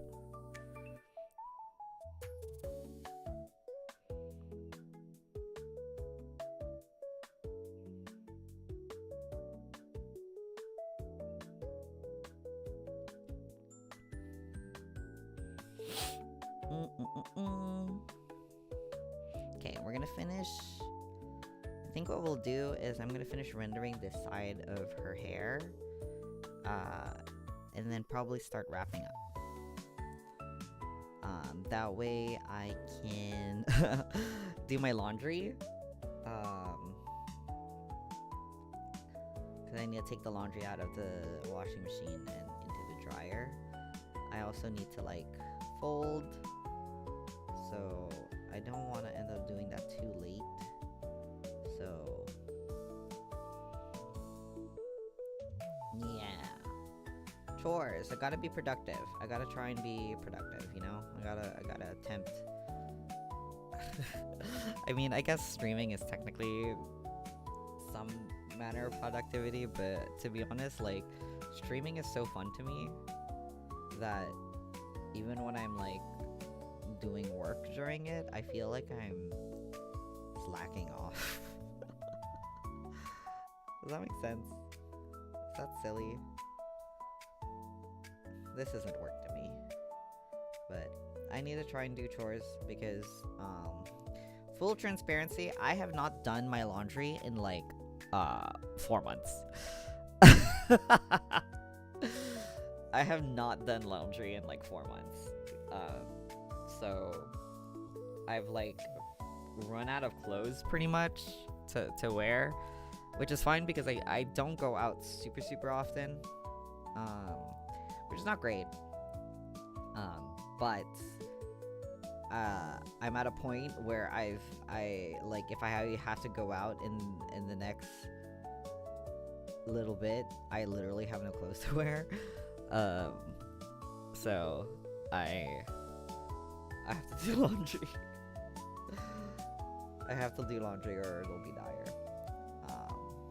But I'm not gonna do any other chores today. I'm still kinda. I had therapy the other day. And my therapist gave me this advice basically. That was like, you should treat your being laid off as a burnout leave for a little while and recover. And just like recover from being burnt out. And I was like, you know what? That's probably true. So I'm trying to take that to heart and trying to allow myself to rest. Which is why I decided to do, well, I wanted to do the DAWNATHON because I need money. But it's also kind of forcing me to not like throw myself into doing chores and being super active. It like does afford me the opportunity to kind of like rest a little bit, because, you know, I get to sit at my desk and do something fun and chat and yeah, I don't know. I'm counting it as resting, and like finding my energy physically again. Going to the gym again is gonna be part of that as well. So yeah, I'm just trying to recover slowly before I focus on other things. And hopefully it'll work. Hopefully I can recover. Okay, we gotta do. Gotta hide this. I'm gonna re-render it afterwards. But I wanna hide it for now.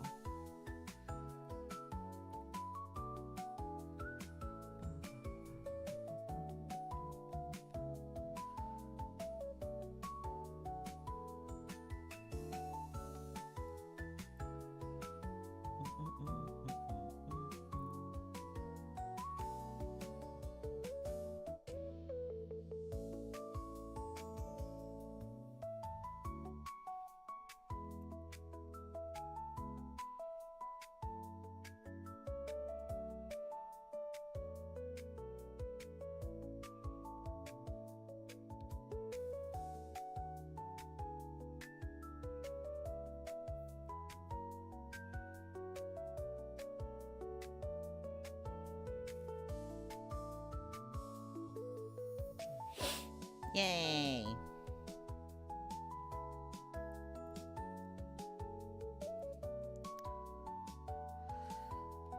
Oh, her hair looks so fluffy. I'm really happy with it.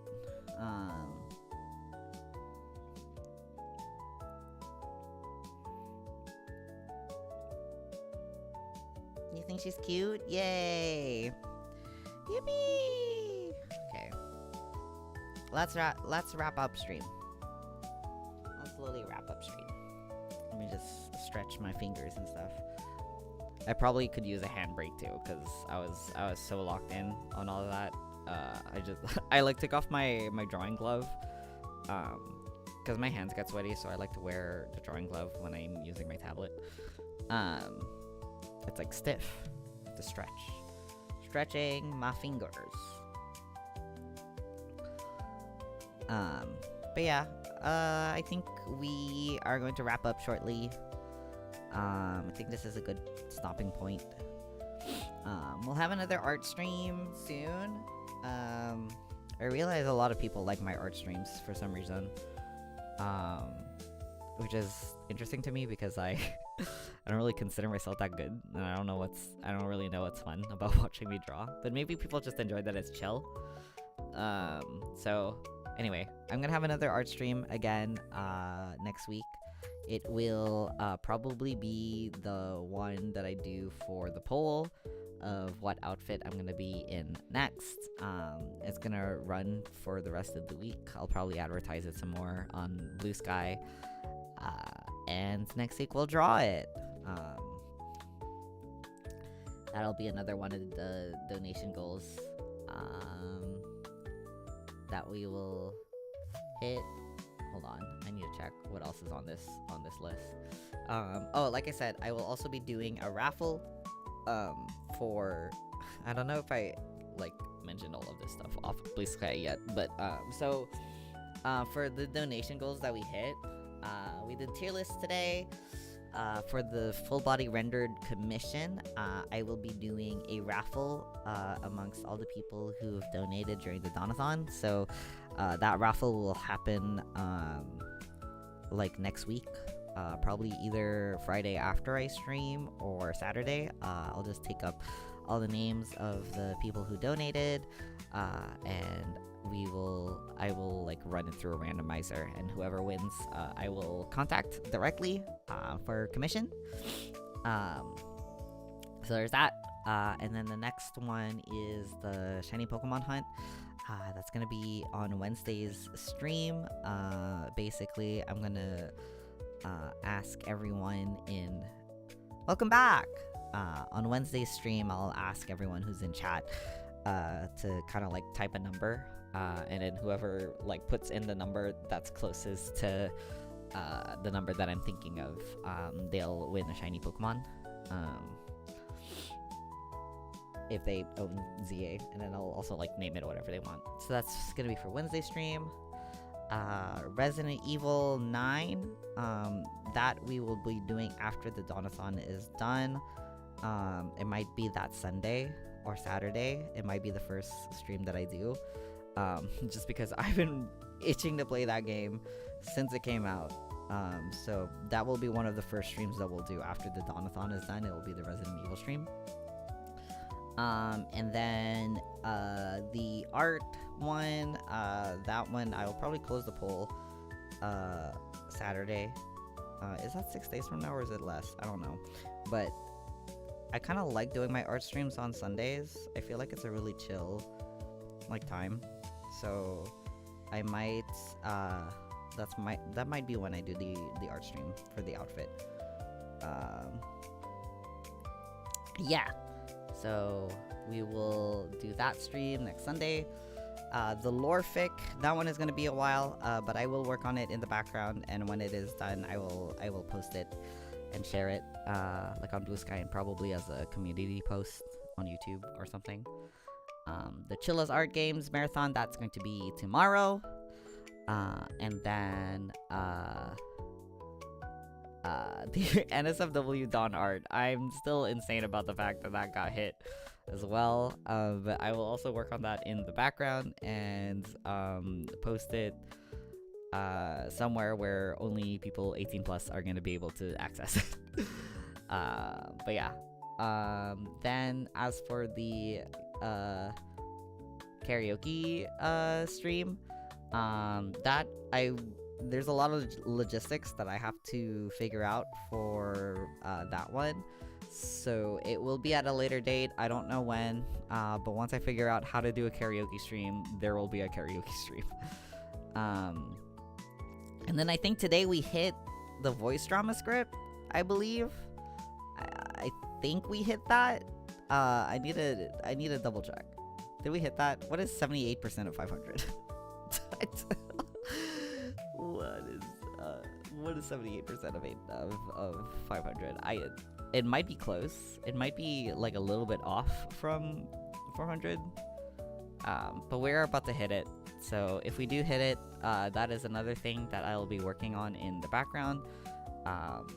Depending on what I have more inspiration for, the lore fic may be done first, or the drama script may be done first.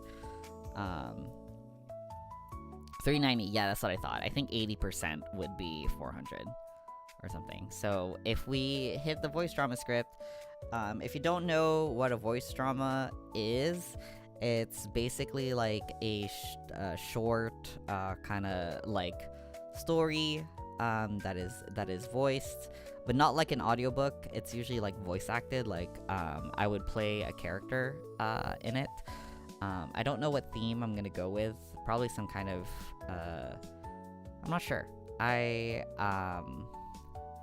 probably am going to think of a theme that I would like to do.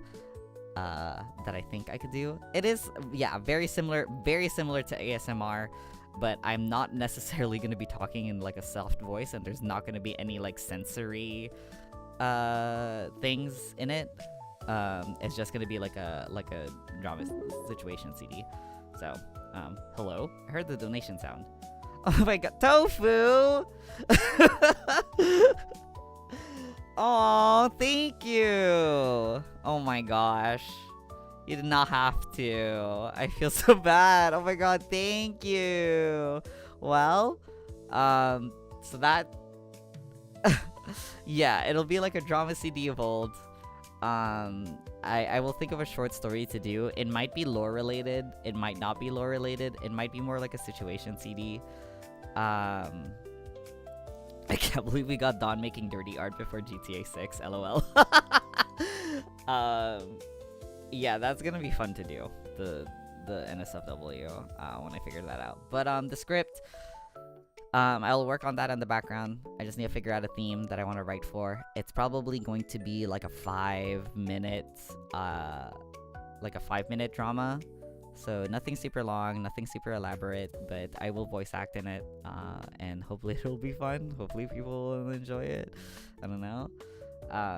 And if we hit 500 before the end of the Dawnathon, we still have, like half of the Dawnathon left. If we hit that one, then I will do some roleplay ASMR, some actual real life ASMR. I put that, okay, to be honest, I need to admit something. I put on ASMR there, like, low-key as a joke, because a friend was like, you should do ASMR because it makes a lot of money or whatever, and I was like, I don't know, I don't think I really have the voice for ASMR, and also, why'd I put ASMR after the art? Because I'm less embarrassed about drawing the art than I am about doing roleplay ASMR. I'm a little like scared of doing it, to be honest, so I kind of put it there as a haha, we'll never hit that, so I won't have to do it. Was the idea before the idea of putting roleplay ASMR at the very end was that I was kind of hoping that, like, I was like, ha, that's never gonna happen, so we're totally gonna be A-okay, we're gonna be totally fine. But if it does get funded, don't worry, I'll do it and I'll take it seriously. And because I really admire people who do ASMR, and I do enjoy like I do enjoy a good roleplay thing. So yeah, it'll be different from the voice drama script in that it will be a little bit longer, and it won't be a story. It'll be more like a situation based thing. Like I will probably it'll be a situation, and I will kind of improv it a little bit, and speak softly. It might be, I don't know, it might be a BFE type thing. Just because that's personally the kind of ASMR that I enjoy listening to, and it is also what I would have experience writing. BFE stands for boyfriend experience ASMR, so it's like an ASMR where I pretend to be your boyfriend, essentially. The role play is I pretend to be your boyfriend. And I would write the script myself, and hopefully it'll be fun. It's just the kind of ASMR that I enjoy listening to, so it's also what I think I'd be good at writing. Cool, finally. JK. Don't say that, I'm gonna get so embarrassed. But yeah, that's only if it gets funded, which I won't manifest anything, because I would be like really, like I said, it's gonna embarrass me so much to write that. But if it gets hit, it gets hit. So anyway, that's all the donation goals. So thank you again so much for all of the support so far. I really appreciate it. I really did not think that we would get this far, to be honest. It's like only day 3, and everyone has been so kind to me and so supportive and hanging out with me and stuff. So I'm really appreciative of this. Like, y'all have made it so fun for me. I have so much fun streaming, and yeah, not to be like cheesy or like whatever, but teehee. Okay. Anyway, I'm like so sweaty now. I'm so sweaty because I'm so embarrassed. So I'm gonna wrap up now. And we are going to stream again tomorrow. Tomorrow we're gonna be doing horror games, so look forward to that. I hope to see you then. Enjoy the rest of your... Oh my god, hold on, where's OBS? Okay. Enjoy the rest of your Sunday, and I will see you again tomorrow. Bye-bye! Bye-bye!